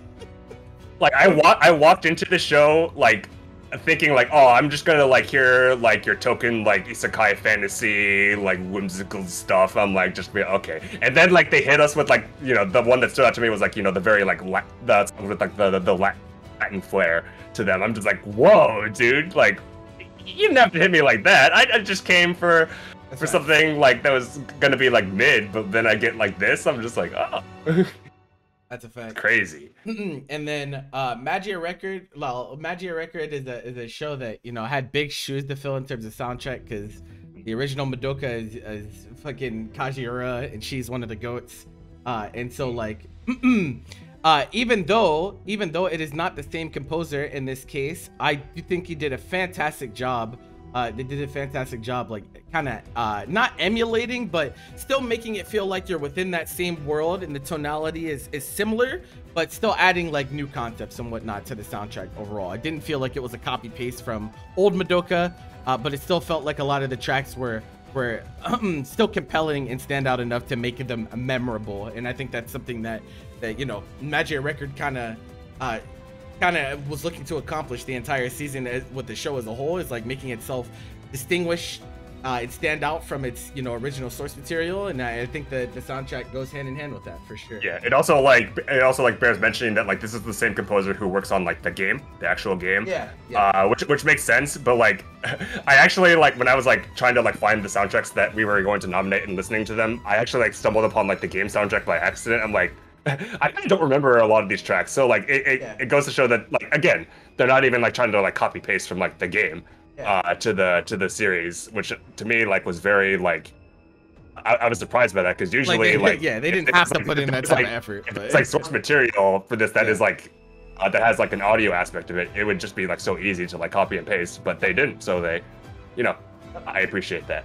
We appreciate the extra work put in. And then our last rounding out, it's cheating movie content again. Sawano, what did you do to us, bro? What did you do to us, Bubble? Sawano-sama. And the cool thing about Bubble, right, is that it's not a good soundtrack for the sake of being a good soundtrack. It is a good soundtrack with a purpose, because there are literally plot points that are intertwined with the music that is going on, and I always think that is really cool whenever the music actually has purpose and there's that kind of seamless melding of we're running our OST while there's something going on, maybe there's dialogue or whatnot, and then they transition into, oh, it's actually the characters singing this song now. Stuff like that is really cool to me. It kind of establishes that seamless flow with both the visuals and the audio for Bubble, and what made it stand out so much for me. Like we all know this guy. This guy is one of the aspects about like Bubble's soundtrack that I really like enjoy, and it might be like annoying to like some people I know like who watched Bubble, but like the iterations of like the motif that they use throughout the film, like it is used to like really like craft like their peaks, like everybody knows I love that. Oh my god. that just like those like I guess it's like 8 notes, because like then it goes that is like littered throughout literally the entire thing, and like that might be annoying to some people, but like the way that it iterates and like what's the word? Like builds on that. It's just so cool. Like there's a track in this soundtrack called Parkour. That track goes fucking ham, bro. If you just like want to listen to that one, that's like, in my opinion, like the best song in the soundtrack. And like, honestly, if I had to like pick like a single like song like that is like the best of like this season, it's definitely that one. That one went fucking ham. It's insane. It's absolutely insane. And so with that said, the winner for best soundtrack this season, we're gonna give it to Executioner. This is an upset.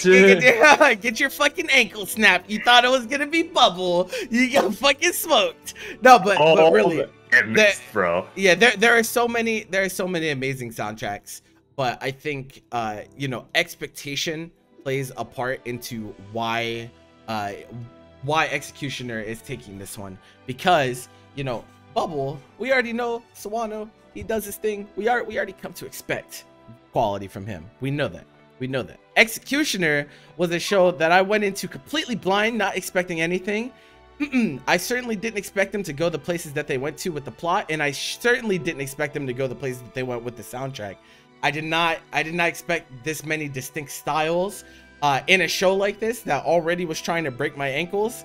And so like I think it was definitely very, very standout, and I think it deserves the reward this time around. Just a little bit of a tangent, but this show's like sound design just as a whole was incredibly good too. Like there were a lot of times where like characters would talk and I would feel like I felt it in the back of my head, and I was like, oh my god, because it's like someone's voice. Whenever they like cast spells and like the incantations and all that, I love that. There's like I watched most of the episodes like listening through headphones. I'm just like, dude, like it's literally like in my ears. Yeah. Agreed. There was a lot of care with all of the audio in this show for sure. Yeah, I agree. And like I said, sometimes the highest quality comes from the most unexpected places, man. Yeah, dark horse victory for sure. But moving on to the these are 2D. This is illegal. And I don't want to hear it. So throughout the season, right, we fall in love with characters, but sometimes you have to give some love to the people behind the characters, the people that are breathing life into these characters. And when writers choose when casting is done for shows, a lot of the time they're casted with a voice in mind. They're thinking this person is really good for the job. Does this person embody what I'm looking to get across with a character? And all of these VAs are VAs that put a ton of work in to their series this season and really brought out the best in the characters that they're looking to represent. So of course we have Tanizaki. This was also like the other most competitive category between our votes. This is very contested, very contested. They used this season really came through with like capturing like our hearts with the character, like their performances. It was so hard picking one. And the crazy part is that a lot of them were not only doing one show. That is another thing that is really impressive, is the range of talent of these VAs. Like all three of the ones on the screen, like they've done some roles that are quite varied. they have some range to their talents. And speaking on Tanizaki, right? Like this Anya role really adds to her repertoire of, wow, she can really do it all. She can really do it all. I'm so convinced that like Tanizaki is in the same league as like Kanahana. She can play any role and make it like so convincing and add so much characterization to whatever role she is taking on. Like, and there's something to be said about like that like evolution of talent, because I'm pretty sure like when we did like the spring sampler like way back months ago, that I said that like I know Tanizaki for roles like Vivi, like Chisei, and like Mizore, very mellow, very like aloof characters, and Anya was definitely a far cry from anything that I've seen her do before. And I was like very, very curious to see if she would perform this role convincingly, and boy did she hit it out of the park with it. Absolutely a standout performance on Anya. And then we got Aoi Koga, who you pull up to a season. You just voice two main characters the highest octane rom-coms in the season. You ever voice two of the bestest girls in a given season? You ever? No, you probably haven't, because this is extremely impressive. Like it is it is insane how one person can be responsible for 2 massive roles in one season. This workload and this dedication required to play these 2 characters. Now, you might be thinking, you know, Komi doesn't talk that much, but it's not all about talking, right? The mannerisms, the expressions. Komi is a very expressive character despite not speaking very much, and that's why she's such a good character in the first place. And that is not possible without Aoi Koga putting in the work that she does. And then of course, you know, Kaguya, we don't even got to say anything about that. Like, it's funny, like not only are like these 2 like lead roles in like 2 of like the most like popular rom-coms in recent years, but like they're such different characters too. Like Kaguya is like hella eccentric, and like Komi is like, you know, very like more reserved, but like we still get like a sense of like, you know, her character through Koga's voice, like wanting to like branch out and like communicate with other people, but just not being able to. And like it's like 2 complete opposite spectrums to what she's done. And speaking of range, Inori voicing 2 of complete opposite characters this season. Harin is literally a character that speaks so quietly no one else can hear her at all. Very soft-spoken, like you literally cannot hear what this character is saying.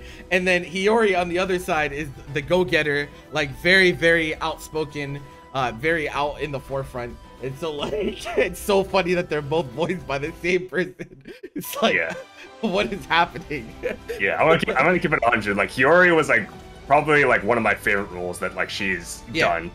I really like, because like I said, like Inori has range. She like plays like the more reserved characters, and she also like is very good in like things like more eccentric and like even like kids roles. Like I remember her work on like Somali, and that was like just like so impressive to me. But like Hiyori, like the way that like Inori like characterized like Hiyori, like literally like made the show in a lot of ways for me. For sure. I enjoyed the hell out of watching like this character just do like whatever. It's like she also did some stuff in Fanfare, but we don't talk about that show.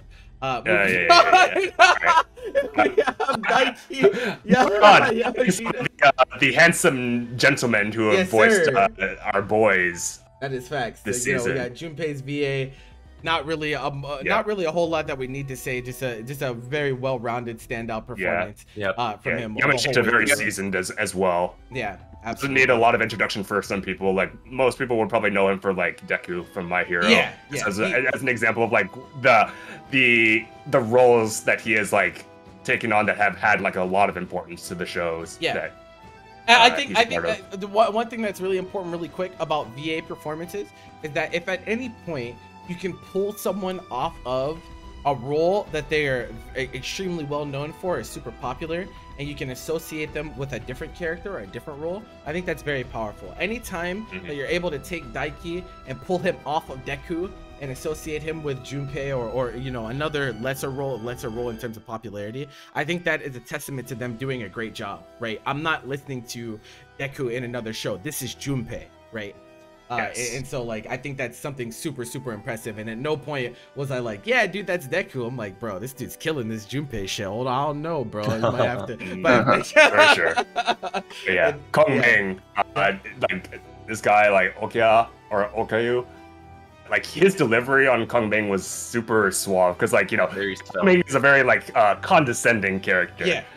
He's kind of like the one with like the most knowledge at any given time, like ironically, because like, you know, he like was kind of like culture shocked at the beginning of the show when he was isekai'd into Japan, but he so quickly like picked up or like assimilated into like the new culture, and after a certain point he's just like he's running the show, bro. Like the comedic bits like of Kongming are like so bizarre, like because like they like take place in like Kongming's like headspace. And just the way he like lays out everything, it's just like it really is like an integral part of the show, like his delivery on it. His voice is definitely very bassy and buttery with his performance. Honestly, like Kongming is a character that I would like hate like being around, because I just feel like this guy would be talking down to me all the fucking time. But for a comedy, that makes for good content. And we're gonna give the golden mic to Tanizaki. That's me, yeah, Tanizaki. Yeah. Anya, well earned. Anya is such an impressive role. Like it is such an impressive role to do for her, because not only are you a grown woman voicing a child, which is already hard enough already to make it convincing, but the mannerisms and whatnot of Anya, if you really think about Anya as a character, what really sells you are two things: the expressions and the mannerisms, right? And those mannerisms being acted out by this VA really sold it. Like the little vocal ticks and you know the expression of exasperation, stuff like that on Anya, really what makes the character so endearing. Like it's so fun to watch Anya, and she's just so cute. It's just how it is because of this VA. So I can't stress enough. This is definitely a well-deserved VA performance. It's gonna mean a lot for her moving forward as well, because like you know the expectations like really like shot up for her. Like now, like I honestly like would watch a show if like Tanizaki was like a main character or even like a supporting character, just to like see like what she does with it. Yep. Like she's entered like that realm of like respected seiyus for me. Out here, I respect that. Yeah, she's out here. All right. Oh yeah. We're so nearing the end. These categories are gonna be just a little bit quicker, just because they're miscellaneous things. We will like spend some highlights on them, but these are just kind of things we couldn't really throw into a general category, but still thought that they would be fun to talk about. You're biased by it. These are things that like, our expectations, like because like we try to be objective with like most of the categories here, but like these are things that it's just really like, this is what we expected, this is what we got, and like this is how we like want to like talk about them, you know? Yeah, and so we start with biggest surprise, and more so, for lack of a better term, this is just like shows that subverted our expectations. We do a sampler where we go through and we watch PVs and we read synopses, and based on that we kind of get a general idea of like what the show is gonna you know play out like, you know, and stuff like that. And so these are the shows that we feel like what it ended up being was quite different than what we thought it was going to be originally. And so like Summertime Render, it surprised in a good way, where like we thought the concept was going to be solid, but we didn't know what type of quality it was going to bring to the table. We had no idea that it was going to deliver this hard. And you know, the direction being as solid as it is was just like a really big surprise, because this is a genre that severely needs a show like Summertime Render. It is fulfilling a role that is very much in a drought, and so I'm very glad that it's playing out the way that it is.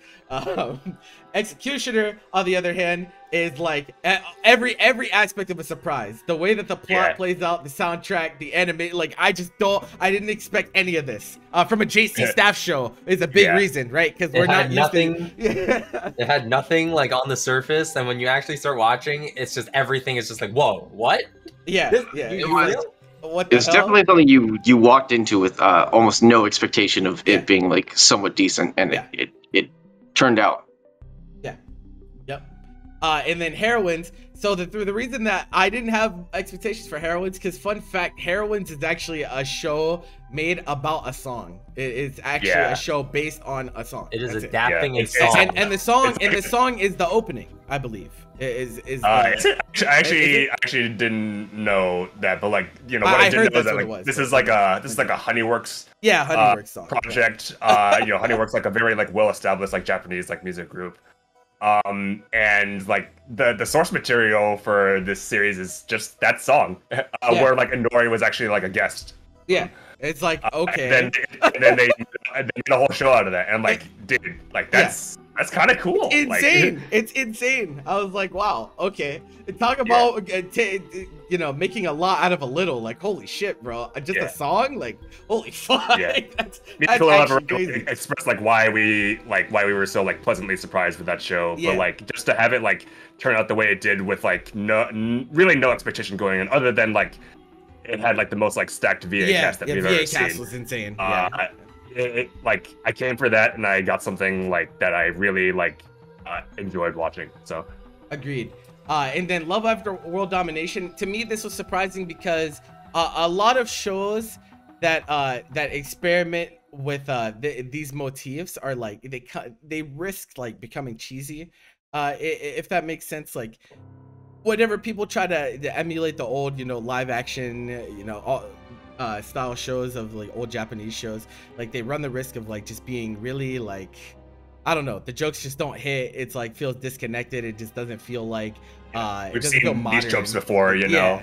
Yeah, like Tokusatsu is like, it is something that's been done a lot, so like it just didn't, I just wasn't sure like where it was gonna go, but it actually turned out to be a very solid rom-com. Honestly, it was pretty funny the whole way through, and so that was definitely a nice surprise. And in a season where there's just so many rom-coms, like it could have very well been like this show is just dog shit, you just throw it by the wayside. But it goes drowned. Yeah, I definitely had fun watching it every week, despite it being, in probably the hardest season to be a rom-com in we've ever seen. This is a really difficult season for real to exist in. And then there's Birdie. Oh my god. Who once again, just like you, I just didn't.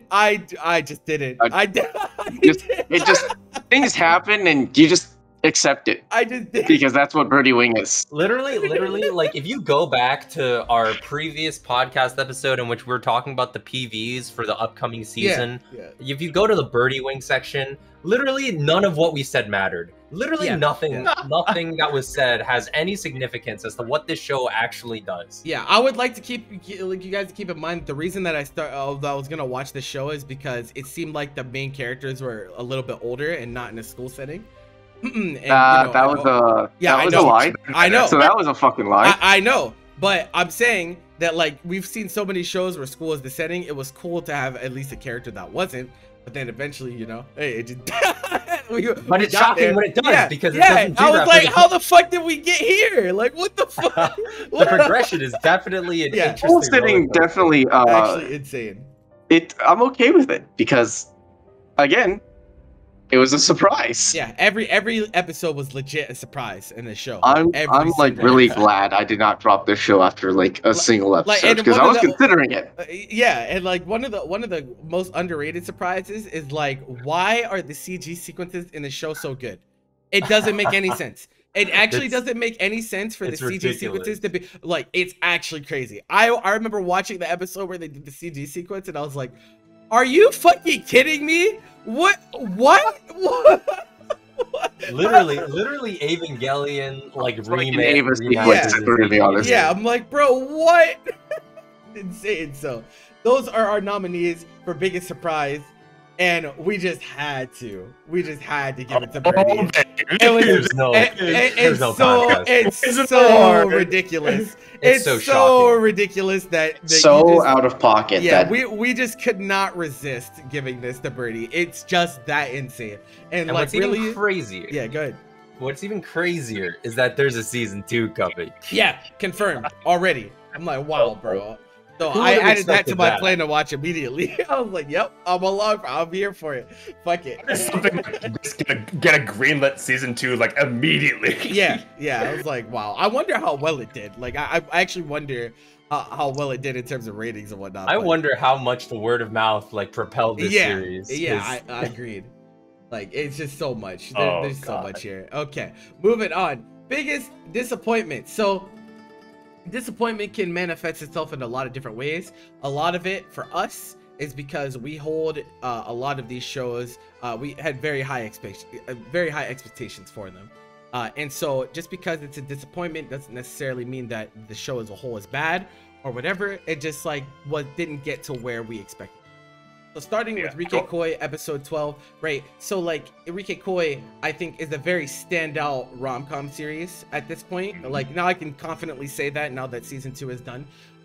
Both season 1 and 2 as a collective work, it's a very standout rom-com. However, episode 12 of season 2 just felt really out of place. Like it just kind of came out of left field, and it felt like I don't know, were they just trying to be ridiculous? Like I don't in tone and like substance was just like so fucking drastic. It's just like what? How did we literally like get through like 11 episodes of this this second season, and then this one literally just comes out of nowhere as like the last episode, and like it's kind of like touchy to like talk about this without like spoiling it, but like it just went to some places that it didn't necessarily have to. Like that's the thing that hurt me. It was that like I don't think the episode was like complete dog shit or anything like that, but it picked itself up at a certain point. I was just thinking the whole time like they didn't have to go this route, you know what I mean? And that's what really made me feel like why I wonder why they decided to do this when they were doing fine. Like they didn't have to do this. Why did they go there? I don't know. I don't know why they I didn't hate the way they took the direction, but it's like I don't know how I felt about the execution. I thought it was not great. I feel that. Like, there was you can go down this route, but you have to handle it with a certain amount of nuance that they just did not have. I agree. I can agree with that. Yeah, like I guess the best way that we can like describe it without being like too spoilery is that it's very problematic. The content that they cover. And that was like compared to the rest of the show, it was so unprecedented. And you know, we've talked about like problematic content on the cast before.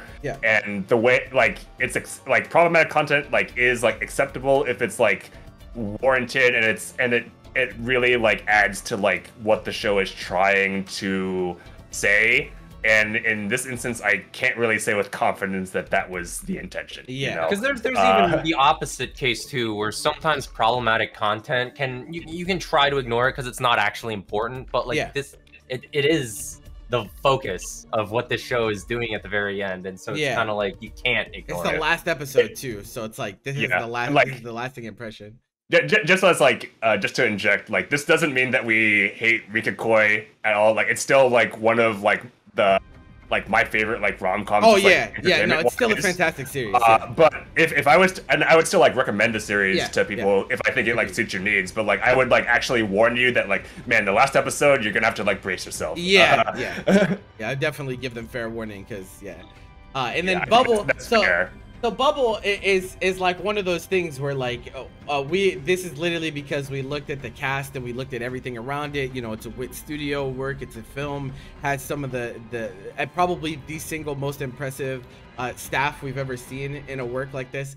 And so the expectation is that this would be like one of the best of all time overall as anime standard goes, and it accomplishes that with audio visual. It does accomplish that, but where it does not accomplish that is narrative, and so it's really disappointing just because you know it's Gen Urobuchi.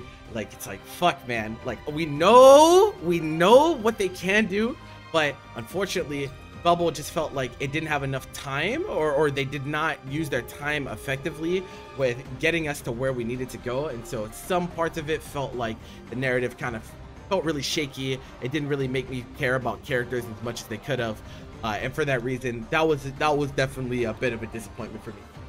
Looking at the cast, I was hoping for a show that would be like a 9 out of 10. And I very sorely did not get that because narrative is definitely something where it doesn't need to be mandatory like as like one of the greatest things if the show prepares you for that. If your expectation within the first few minutes is not like, oh, this is something I need to be taking seriously, then you don't have to. But the show definitely, the movie definitely takes itself seriously, and it is weak in that foundation, and it just kind of makes it, you know, it's not the greatest. It's interesting to us because like I would say something more about Bubble.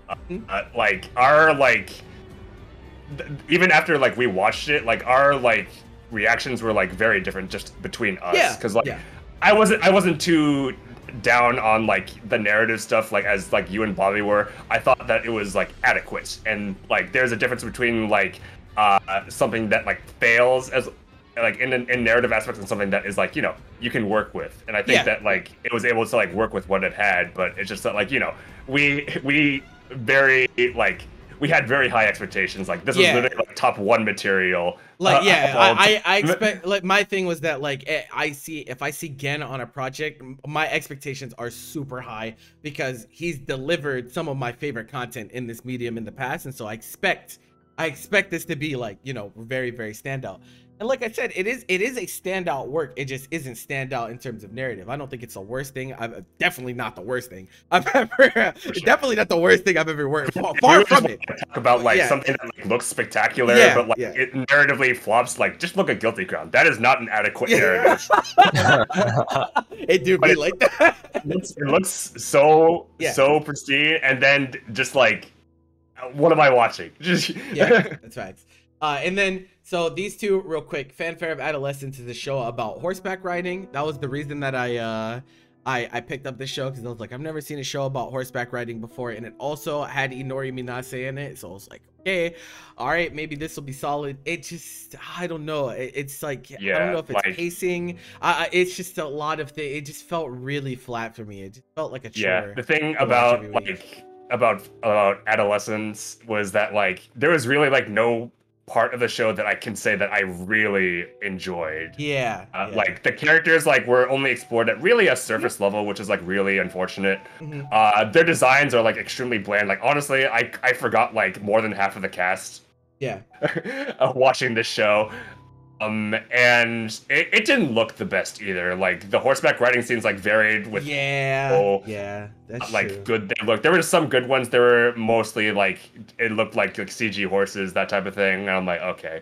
And like by the end of its like 13-episode run, I can't say with confidence that there is something that I think was like above average about the show.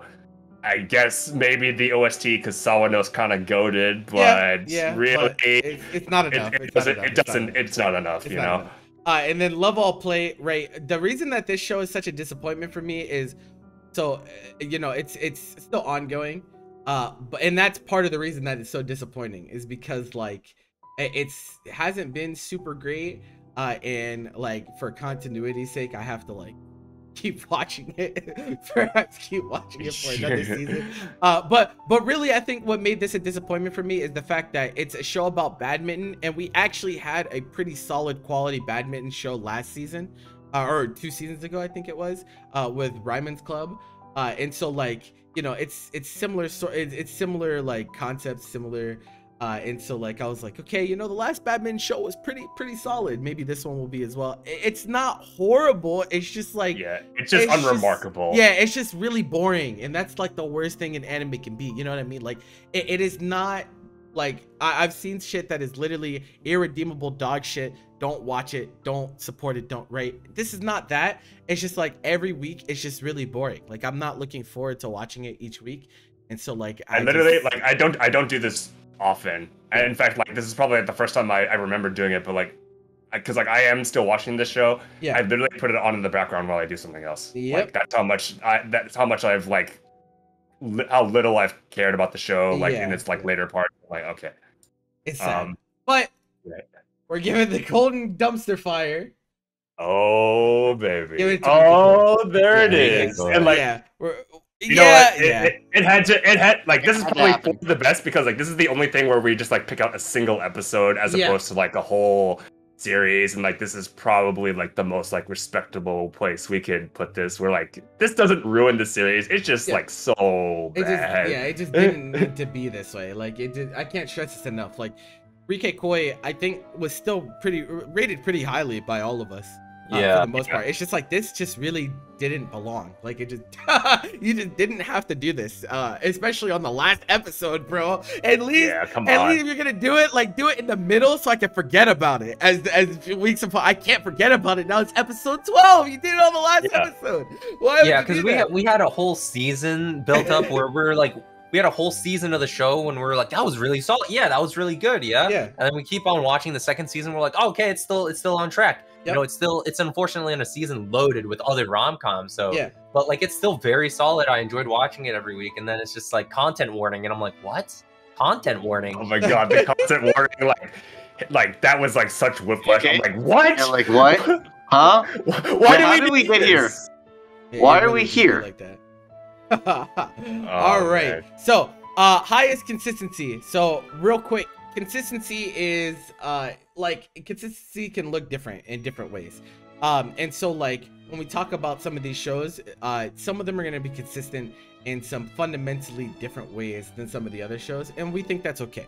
That's generally still fine. So for example, like Spy Family is extremely consistent in terms of it delivers high quality week in and week out, but it also does it in a way that is impressive because it does it with, you know, it's very nebulous in terms of like genre. Like it just does a lot of different things, and it also delivers constant high quality on those different things while still, you know, being very wide. Like its reach is very, very wide, and it encapsulates a lot of different. There's something to be said about like a series that like tries to do so much and like never skips a beat doing it.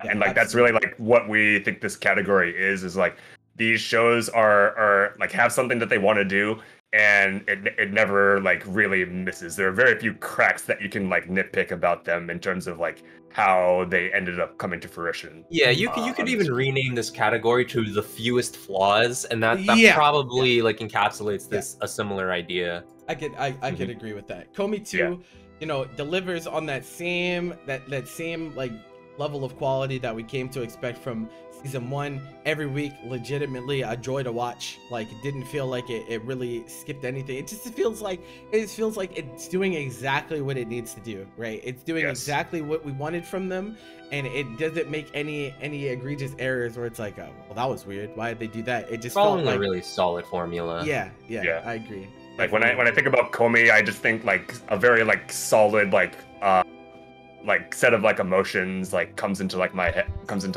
and I'm like, this is what the series is. This is Komi-san and what they like wanted it to be. Absolutely. And then Summertime Render, consistency in this one is a little different for me, because when I think about consistency in Summertime Render, I'm thinking about how it continuously and organically ramps up tension as time goes on, and how much I'm sucked into the story. Like I am continually getting more and more compelled as time goes on, and that's impressive. That's hard to do. Yeah, I'm really nervous every single episode, and like if we're talking about like consistency in this show, it's like consistency of how how unsettled it's able to like make you feel like, and there's something to be said about a show that really has that effect on the audience. It's like, and to not miss for something like that is just like, so man, there's like no part of the show where I feel safe, you know? It's difficult to keep up stories like this too, because of how everything intertwines, like how complex the story is with how all the characters are, and of course that sense of tension, because we don't know like what to trust in the show. And it's difficult to keep that up, but it's impressive that it does. It's been and it looks like it's gonna keep doing that into the next season too. So that's pretty hype. Aoashi been super consistent. I guess I'll be Miguel's voice for this, but this is really like token like IG consistency. Here where like it like every part of the show is just like so solid. Like it knows like what it wants to be. Like everything that it like captures about soccer as a sport is just like always hits the mark. And I think there's going to be like very few people who are like super invested in soccer to be like disappointed with anything that the show has to put out, you know?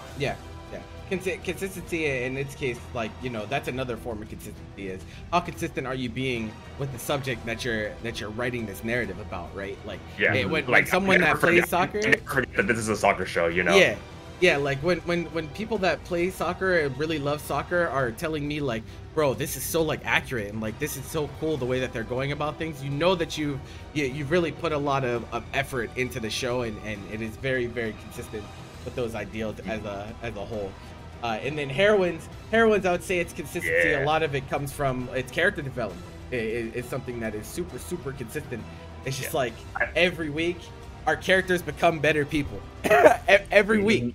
Even though, you know, Aizo and Yujiro are kind of snob idol, like, you know, but they still have that development, and they do it in a way that doesn't feel jarring, right? It doesn't feel like they just throw them into a ridiculous scenario and now they have to fight their way out of it. It feels like these are very realistic things that can happen if you're dealing with idol life or dealing with the idol industry, you know, having to juggle between school life and your personal life.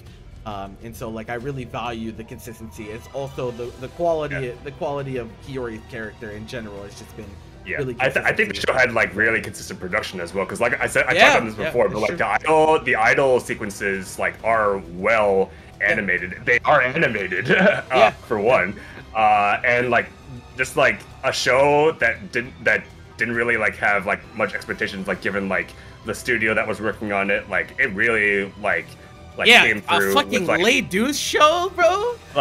Like how did like some of like the most like solid like idol sequences come out of like Lay Douche, and like why did they not, like try to cut corners on this? I'm just like, dude. Yeah, I don't know. It's actually crazy, bro. It's actually insane. But the golden whistle, and to give it to Spy X Family. It's just too, and like this is like one of those things that people might be like, well, you're just appealing to, you're appealing to what's most popular. Listen, we are the last people in the world that would do something like that. If we thought that something else deserved it more, we would be giving it to them right now. But Spy Family, like it or hate it, it has accomplished something that not a lot of shows can do, and that is take a ton of different concepts from a ton of different genres and make a cohesive work that delivers on that quality week in and week out. I know going into Spy Family every week, I'm never gonna get a bad episode. I know that. I know it will never be bad. I know it. Because every single week they continually just, I know, quality. They do it with high quality in like every individual aspect too, you know, like the animation, the soundtrack, the like even like the stories and like the characters, like everything is always, you can have a firm expectation, and it has shown that it doesn't really break that expectation. Like it's just very, very consistent. What happened with Spy Family, I hope for everyone that reads a manga and they have high hopes about an anime adaptation, there's probably no better example than Spy Family. This is what you would want out of your adaptation, like for it to be handled with this much care and this much love. I think is what everyone's really looking for whenever when their favorite series gets adapted to anime format. Because man, they really killed it this season. I'm very much looking forward to season 2. For sure. Same here. It's gonna be we're not watching Spy X Family every Saturday. No, actually, no. Highest peaks. So this is kind of the opposite of consistency, where we're just evaluating based on their climaxes, because climaxes in shows can be really like they can be a super far departure from the consistent quality that they deliver. So for example, these are all the shows where like when you were watching like their peaks, like you were experiencing artistic greatness. It was just so obvious that like this is special. You just feel it, and this is why it's in like this like category where it's kind of subjective. Yeah, of course. I mean, it's an award show. Like, what do you want from us? Like, it just be like that. So, like, dance. Of course, there are multiple. I think there are multiple really, really important climaxes in this show. But easily, like the most common one we're gonna talk about, of course, is that episode 5. Like that peak is just absolutely incredible. I was literally on the edge of my seat watching it. Yeah, the whole time I was like, holy shit! It's like one of those times where you lose track of time. You're really so immersed in what you're watching that you forget that this does not last forever, unfortunately. Like I've shed tears like multiple times watching this show. Like the last episode, especially for me, like it really like touched something like in my soul, I was just like, wow. I feel, and like Bubble's peaks are like pretty incredible. When it decides to flex on the animation side, when it decides to incorporate the thematic motifs of its musicality, it is something really incredible. Those parkour sequences too, as well. I've never ever seen that in an anime ever. The way that they abuse the camera. I like went back and like rewatched like what I thought was the best scene in Bubble, which is like the one that goes along with the parkour soundtrack. I'm like, bro, like literally, like how is this even possible? Like, why did the camera go into like the train like along with the characters? I'm like, why? Why is it going so fast? I'm like, oh my.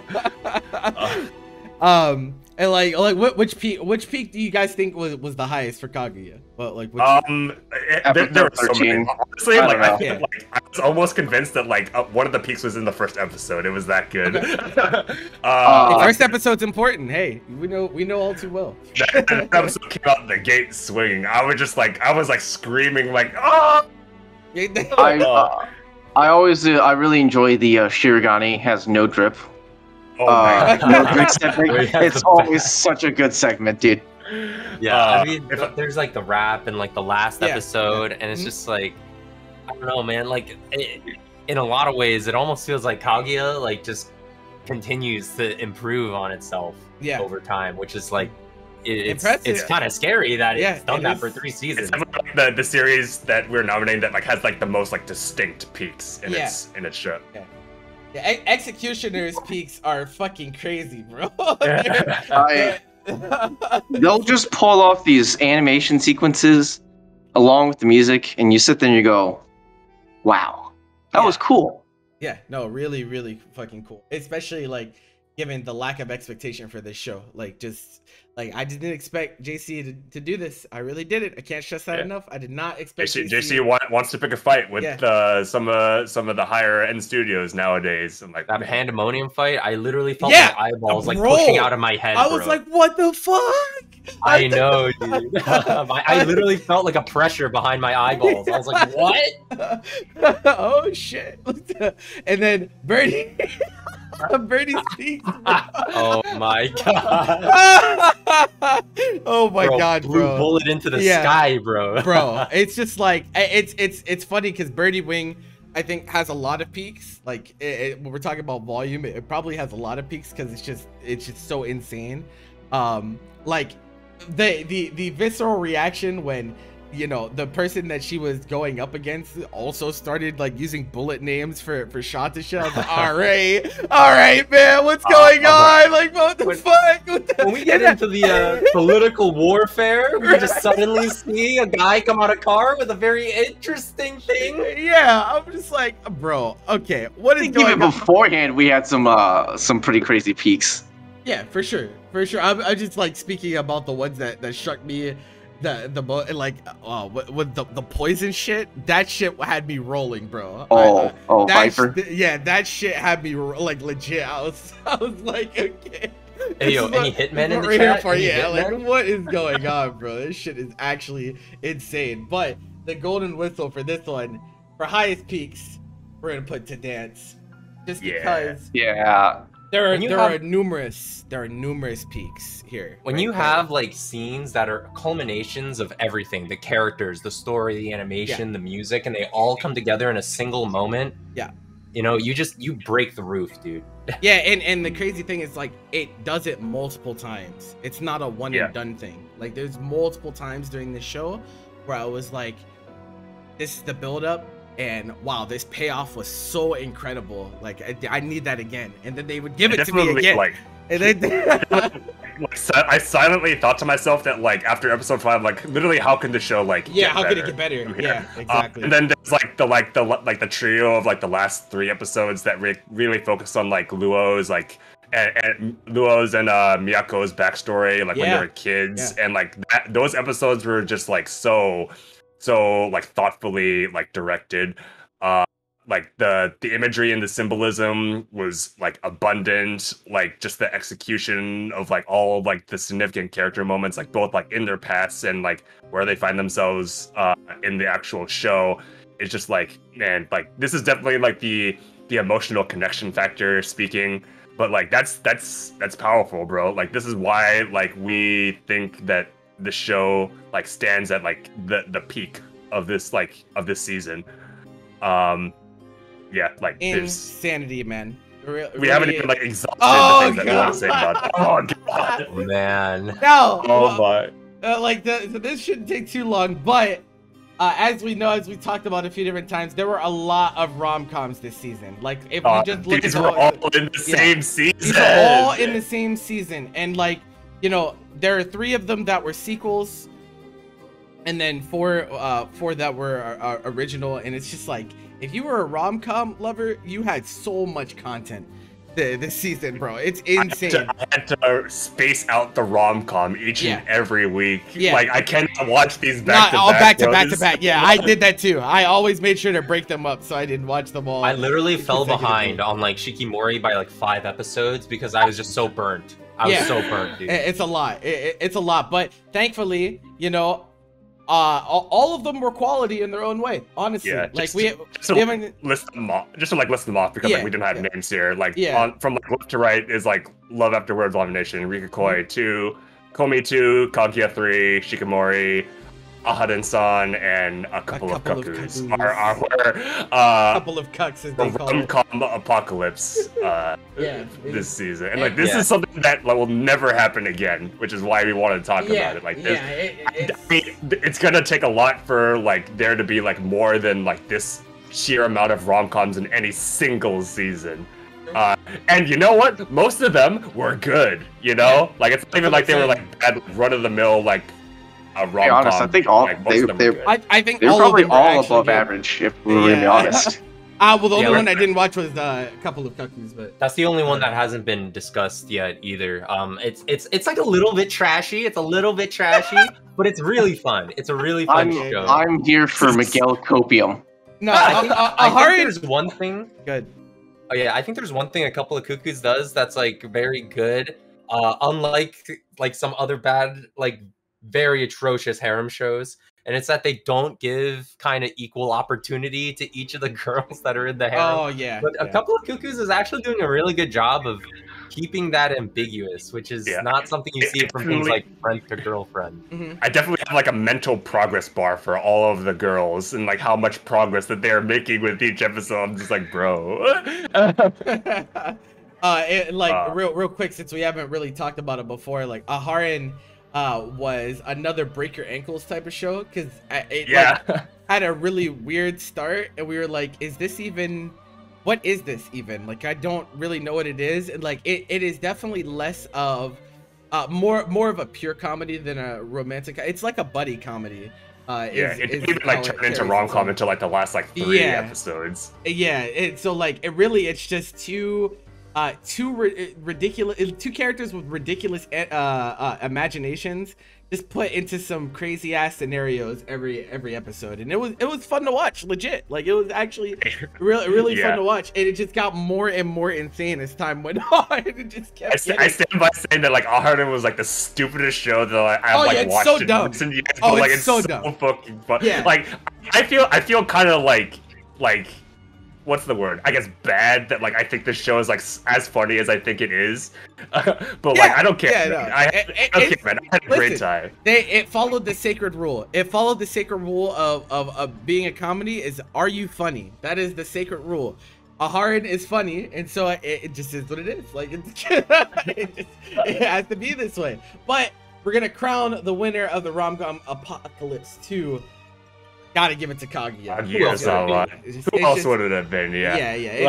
The sole survivor of this season in terms of rom-com. And like it does, you know, a lot of rom-coms have the issue where they don't know how to establish the balance between the romance and the comedy. And sometimes it's, you know, too skewed towards one side more so than the other. But I think Kaguya has traditionally done an extremely good job of balancing. You know, it's funny, it's like actual wholesome romantic content while also progressing characters and developing characters in the cast and whatnot. And so I will make like a bold statement. I'm not even sure if this is like bold in terms of like what people think. This is like the best rom-com of all time. Literally the all time. Actually, like this is something like that transcends like decades and decades of like the most like tropey genre there is in anime.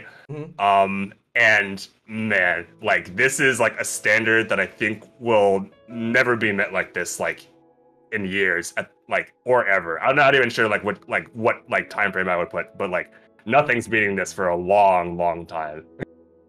We can only go ahead. I was mentioning before, like Kaguya season 1 started very good. It started very good, and I've literally said already like a couple times now, it only gets better, which is absolutely shocking to me. Like I don't understand how it's possible for a series to have a trajectory like this upward for so long in something that's not a battle shonen, because those You know, like for something this episodic, 3 parts. There's an ABC plot in every episode, and I enjoy like pretty much all of them. And the general trajectory of how much I enjoy them, like the way that the character interactions are, just keep compounding on top of themselves, and it just continues to get like better and better and better as every season passes. And honestly, from what I've heard from manga readers, it doesn't get worse. Oh no, it keeps getting better. That's very nice. We love to hear that. we love to hear that. Kaguya. And so, after all, we have reached the finals. We have given you guys, we've given you guys a lot of criteria, a lot of different aspects of anime, and so now we have arrived at the best and the worst of spring 2022.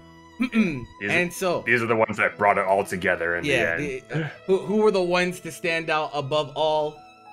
The nominees for best anime of the season, the Gilded Three that we've seen tried and true trio. Kaguya-sama season 3, Dance Dance Dancer, Spy X Family. Without question, everyone is talking about these shows. These shows are unbelievable. The studios put a ton of work into them. The VAs, amazing. Everything that they managed to do this season was incredible. You cannot go wrong with none of the shows that we're putting up here. You can go wrong with.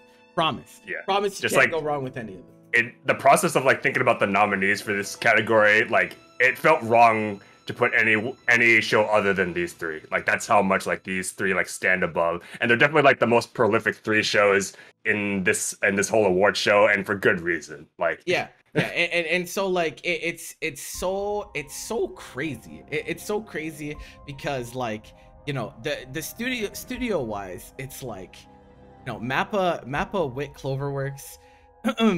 A1.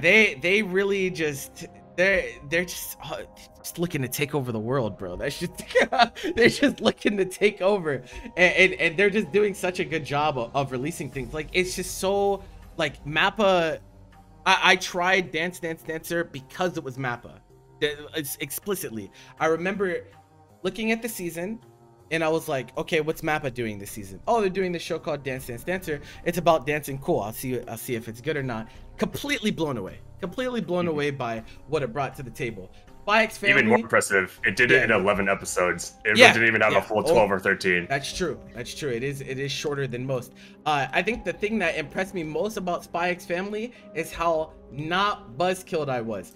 For those of you who don't know and haven't listened to my takes on this before, but when you deal with the anime format a lot, you deal with a lot of opinions being thrown left and right, especially when we're talking about the masses. And so, you know, every season there's always a show that people always have super high expectations for, and then I give it a try because I do like genuinely talking about anime with people and whatnot, and maybe we'll land on something that's actually good. But there's been so many shows like that have been very underwhelming, to name a few, like Tower of God, A God of High School, Record of Ragnarok. Like these are shows that I've tried that, you know, had very high expectations for them. I was not impressed. Not impressed by them. Spy X Family, complete opposite. People said that this shit was gonna be really, really good, and they were right. They were right. It's just really fucking good. It's really, really fucking W good. for the masses. yeah, rare W. No, I don't know if it's because they take the shotgun approach and they always say that something's gonna be like this every season. But yeah, you guys were right on Spy X Family, and I have no shame in saying that when it comes to this series, you guys are right. This is definitely very, very high quality show. And we've already talked a ton about how Kaguya-sama just keeps ramping up the quality as time goes on. It is the best rom-com of all time, and it's also like I feel confident in saying it's the best thing that's come out of A1 like ever.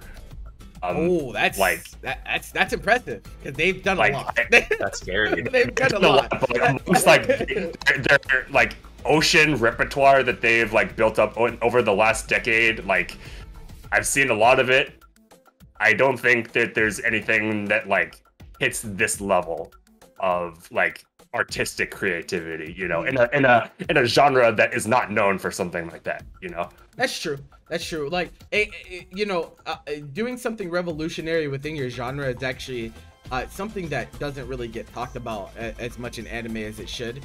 And it's for those reasons that a lot of shows can be pushed from great to like masterpiece level because of what they do to their genres, right? And so like, you know, Kaguya standing out amongst like his rom-com, there's no shortage. There's no shortage of rom-coms in the slightest, and there's no shortage of trash rom-coms either. There's definitely no shortage. And so for it to come along and do what it has done for 3 seasons straight, and it doesn't seem like it's slowing down anytime soon, super impressive for sure. And you know, right. it can A1 top it. Those are our 3 candidates. And when it all came down to it, and I can actually tell you guys the distribution, but our anime of the season for spring 2022, we went with Dance Dance Dancer. There it is. There it is. With a breakdown of, I believe it was 4 votes to 1. There was 1 for Kaguya, 4 for Dancer. I was very split. I barely leaned over towards Dance Dance Dancer, but if you look on my Annie list, I literally rated the 2 shows the same score. The same thing, yeah, and that's difficult, right? That's always difficult when it comes down to, because all 3 of these shows are at least an 8, at least, right? At least an 8 for these 3 shows. And so like when we talked about this, what makes a masterpiece in an anime, we talked about during this episode with, like, when we're talking about what is considered the best or what is considered gilded, right? When you get high up enough, it really becomes like what appeals to your personal tastes, right? Like what strikes a chord with your person, like what can you relate to, right? All these things really matter. And I think for some people, you know, they will really enjoy Kaguya-sama more, they will enjoy Spy X Family more. But me personally, you know, Dance Dance Dancer had that extra X factor of, you know, talking about the gender norms, about, you know, passion and what it means to truly learn about something that you're passionate about, and, you know, going against all expectations and kind of charting your own course. All of that to me was so valuable that I could not, in good faith, not give this anime. There were so many like meaningful like topics that would resonate with so many people. Like you said, there was like things covering gender norms and like peer pressure. There is like self-sacrifice for something that you really want to pursue. There is like, you know, how you feel about like an art and how the different perspectives that go into like evaluating an art in that way. There's just so much that like they all resonated with me, and like even if you like only one part of the show, it knocks it out of the park if you like that one part. Absolutely.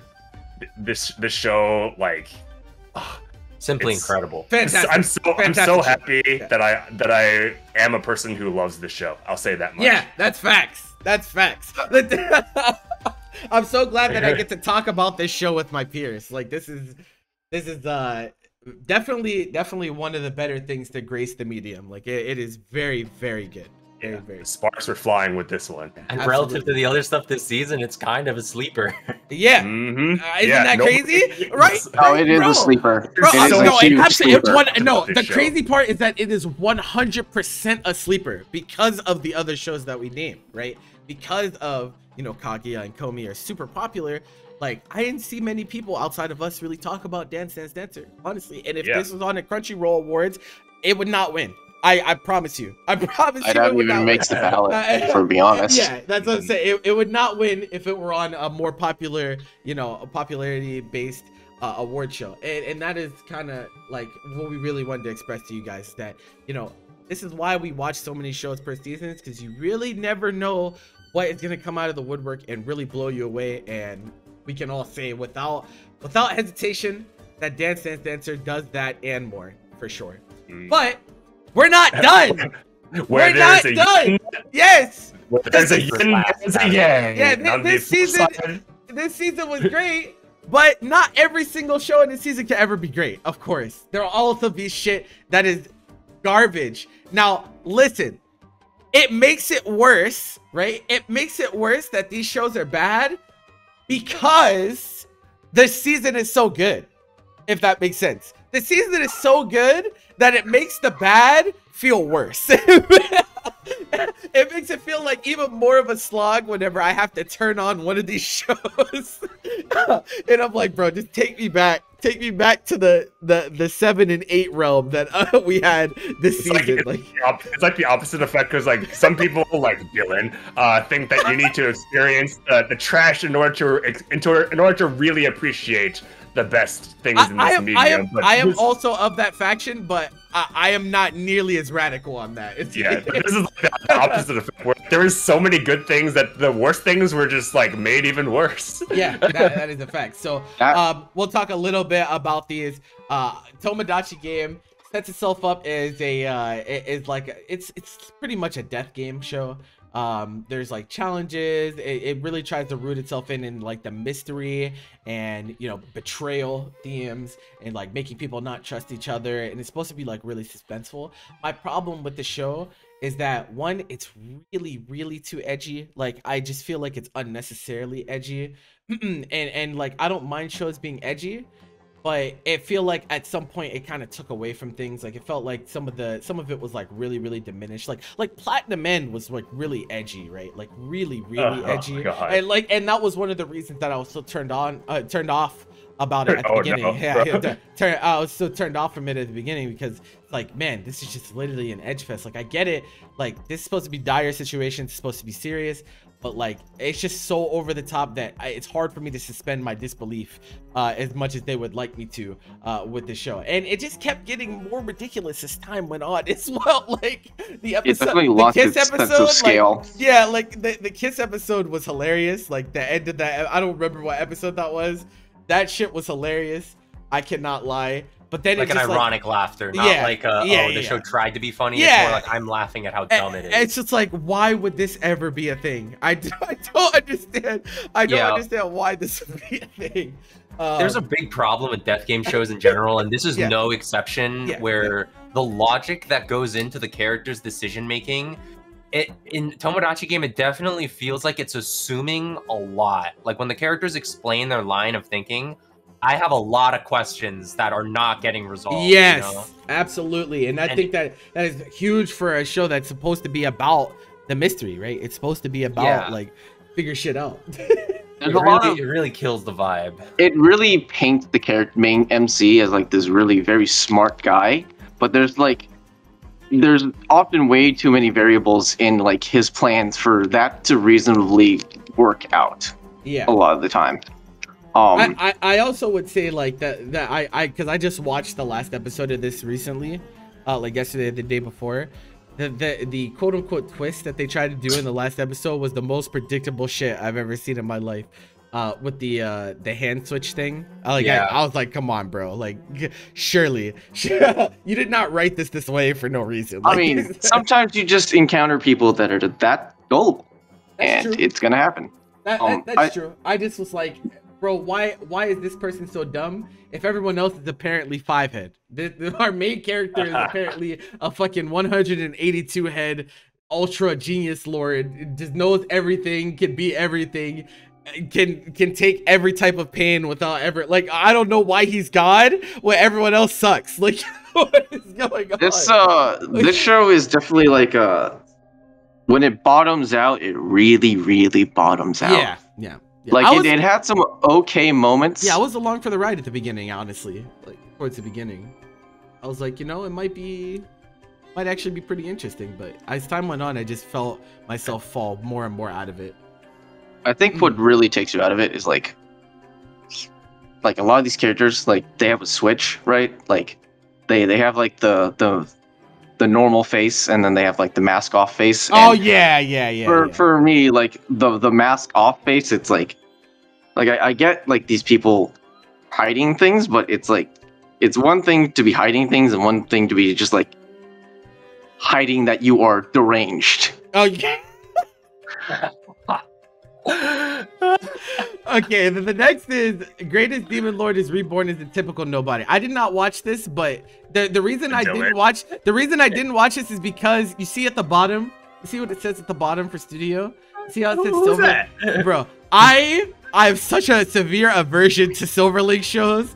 I I just can't do it a lot of the time. So what? Decision. Yeah. What makes this one so bad?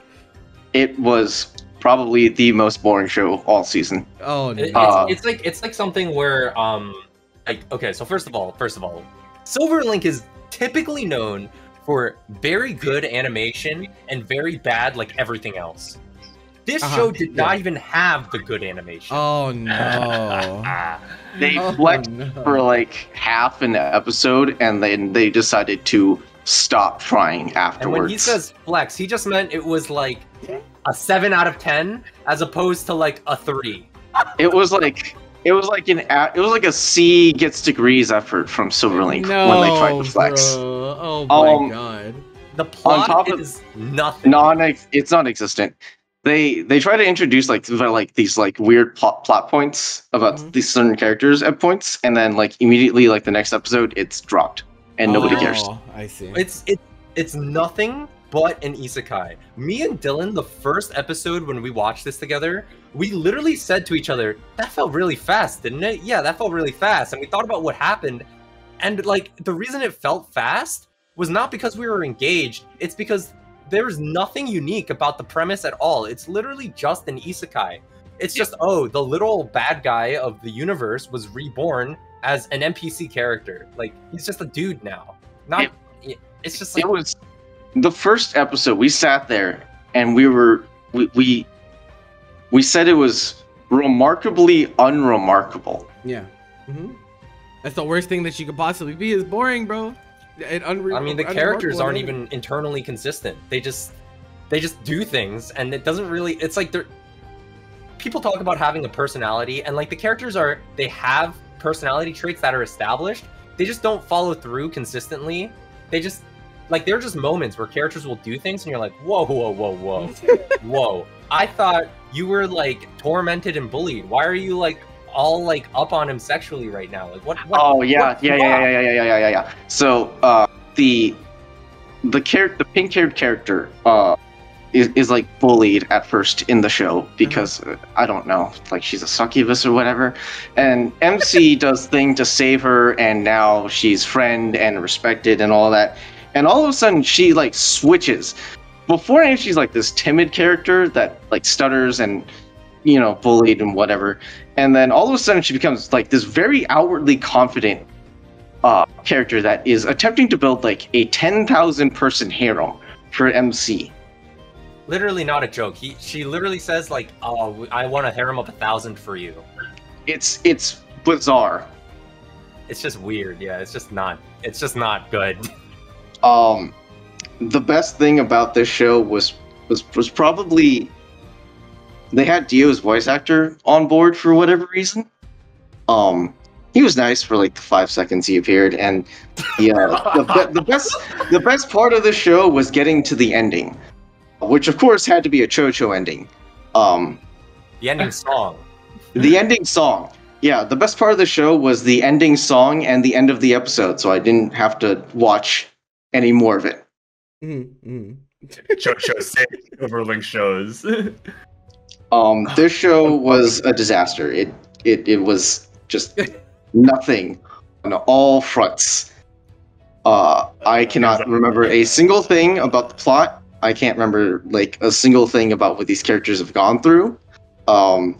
You asked me about their animation. It looked very not Silverlink, and if you asked me anything about the sound, it existed, I guess.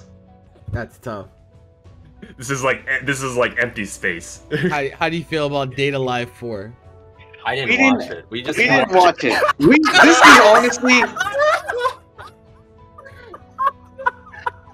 This is honestly a seat filler, if we're gonna be honest, because we watched one episode. We watched episode 10 of season 4 of Date A Live, and let me tell you, that did not feel like a episode 10 of a season 4 of a show that looks to be an action show. That is really tough, bro. I did not expect that answer. But apparently people love this show, so Bobby, we're apparently missing something here. There's 4 of them. They keep making them.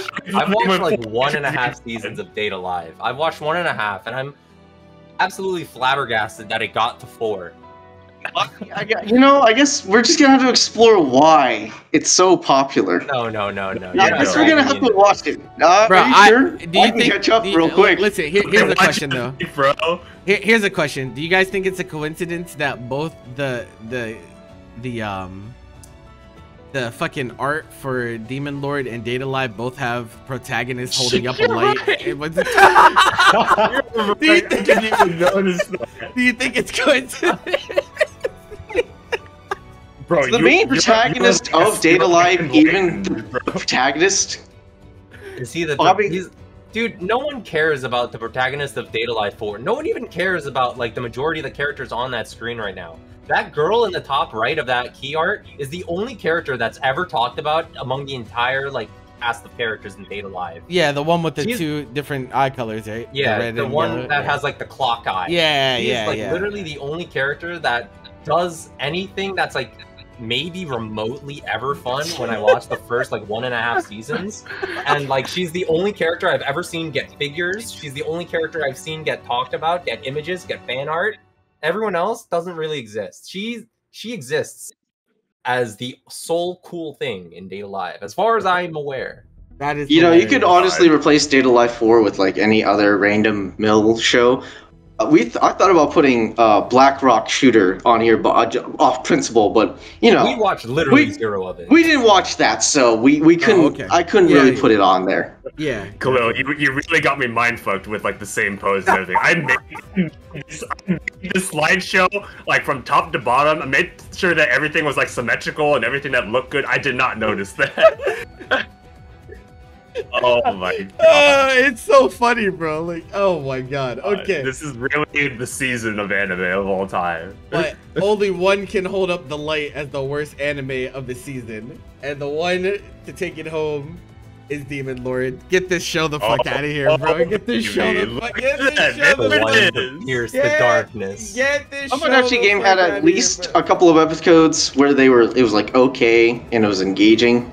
Yeah. That in particular, I think the start of Tomodachi Game was actually like I was like, okay, I want to see where it's going. The first and the third game were most of the third game were pretty interesting. Yeah. Wait, which one was the third game? I can't remember. The forest one. The forest one started. Oh, the hide and seek shit. Yeah, it was okay, and then he pushed her off the cliff, and we were like, I remember that. Oh, okay. That was the point where it took off. Yeah. Bro, Silverlink, you gotta stop. We gotta, bro. There's one thing that I'll say about this is that it may be Silverlink, but they won the gold this time, but not in the category that they probably wanted. Yeah, I like Silverlink. I wish they would do well. I wish they would pick better content for their shows, but they just don't. Oh my god! It's less of a gold and more of a piss yellow, you know. Oh my god! They got like something, right?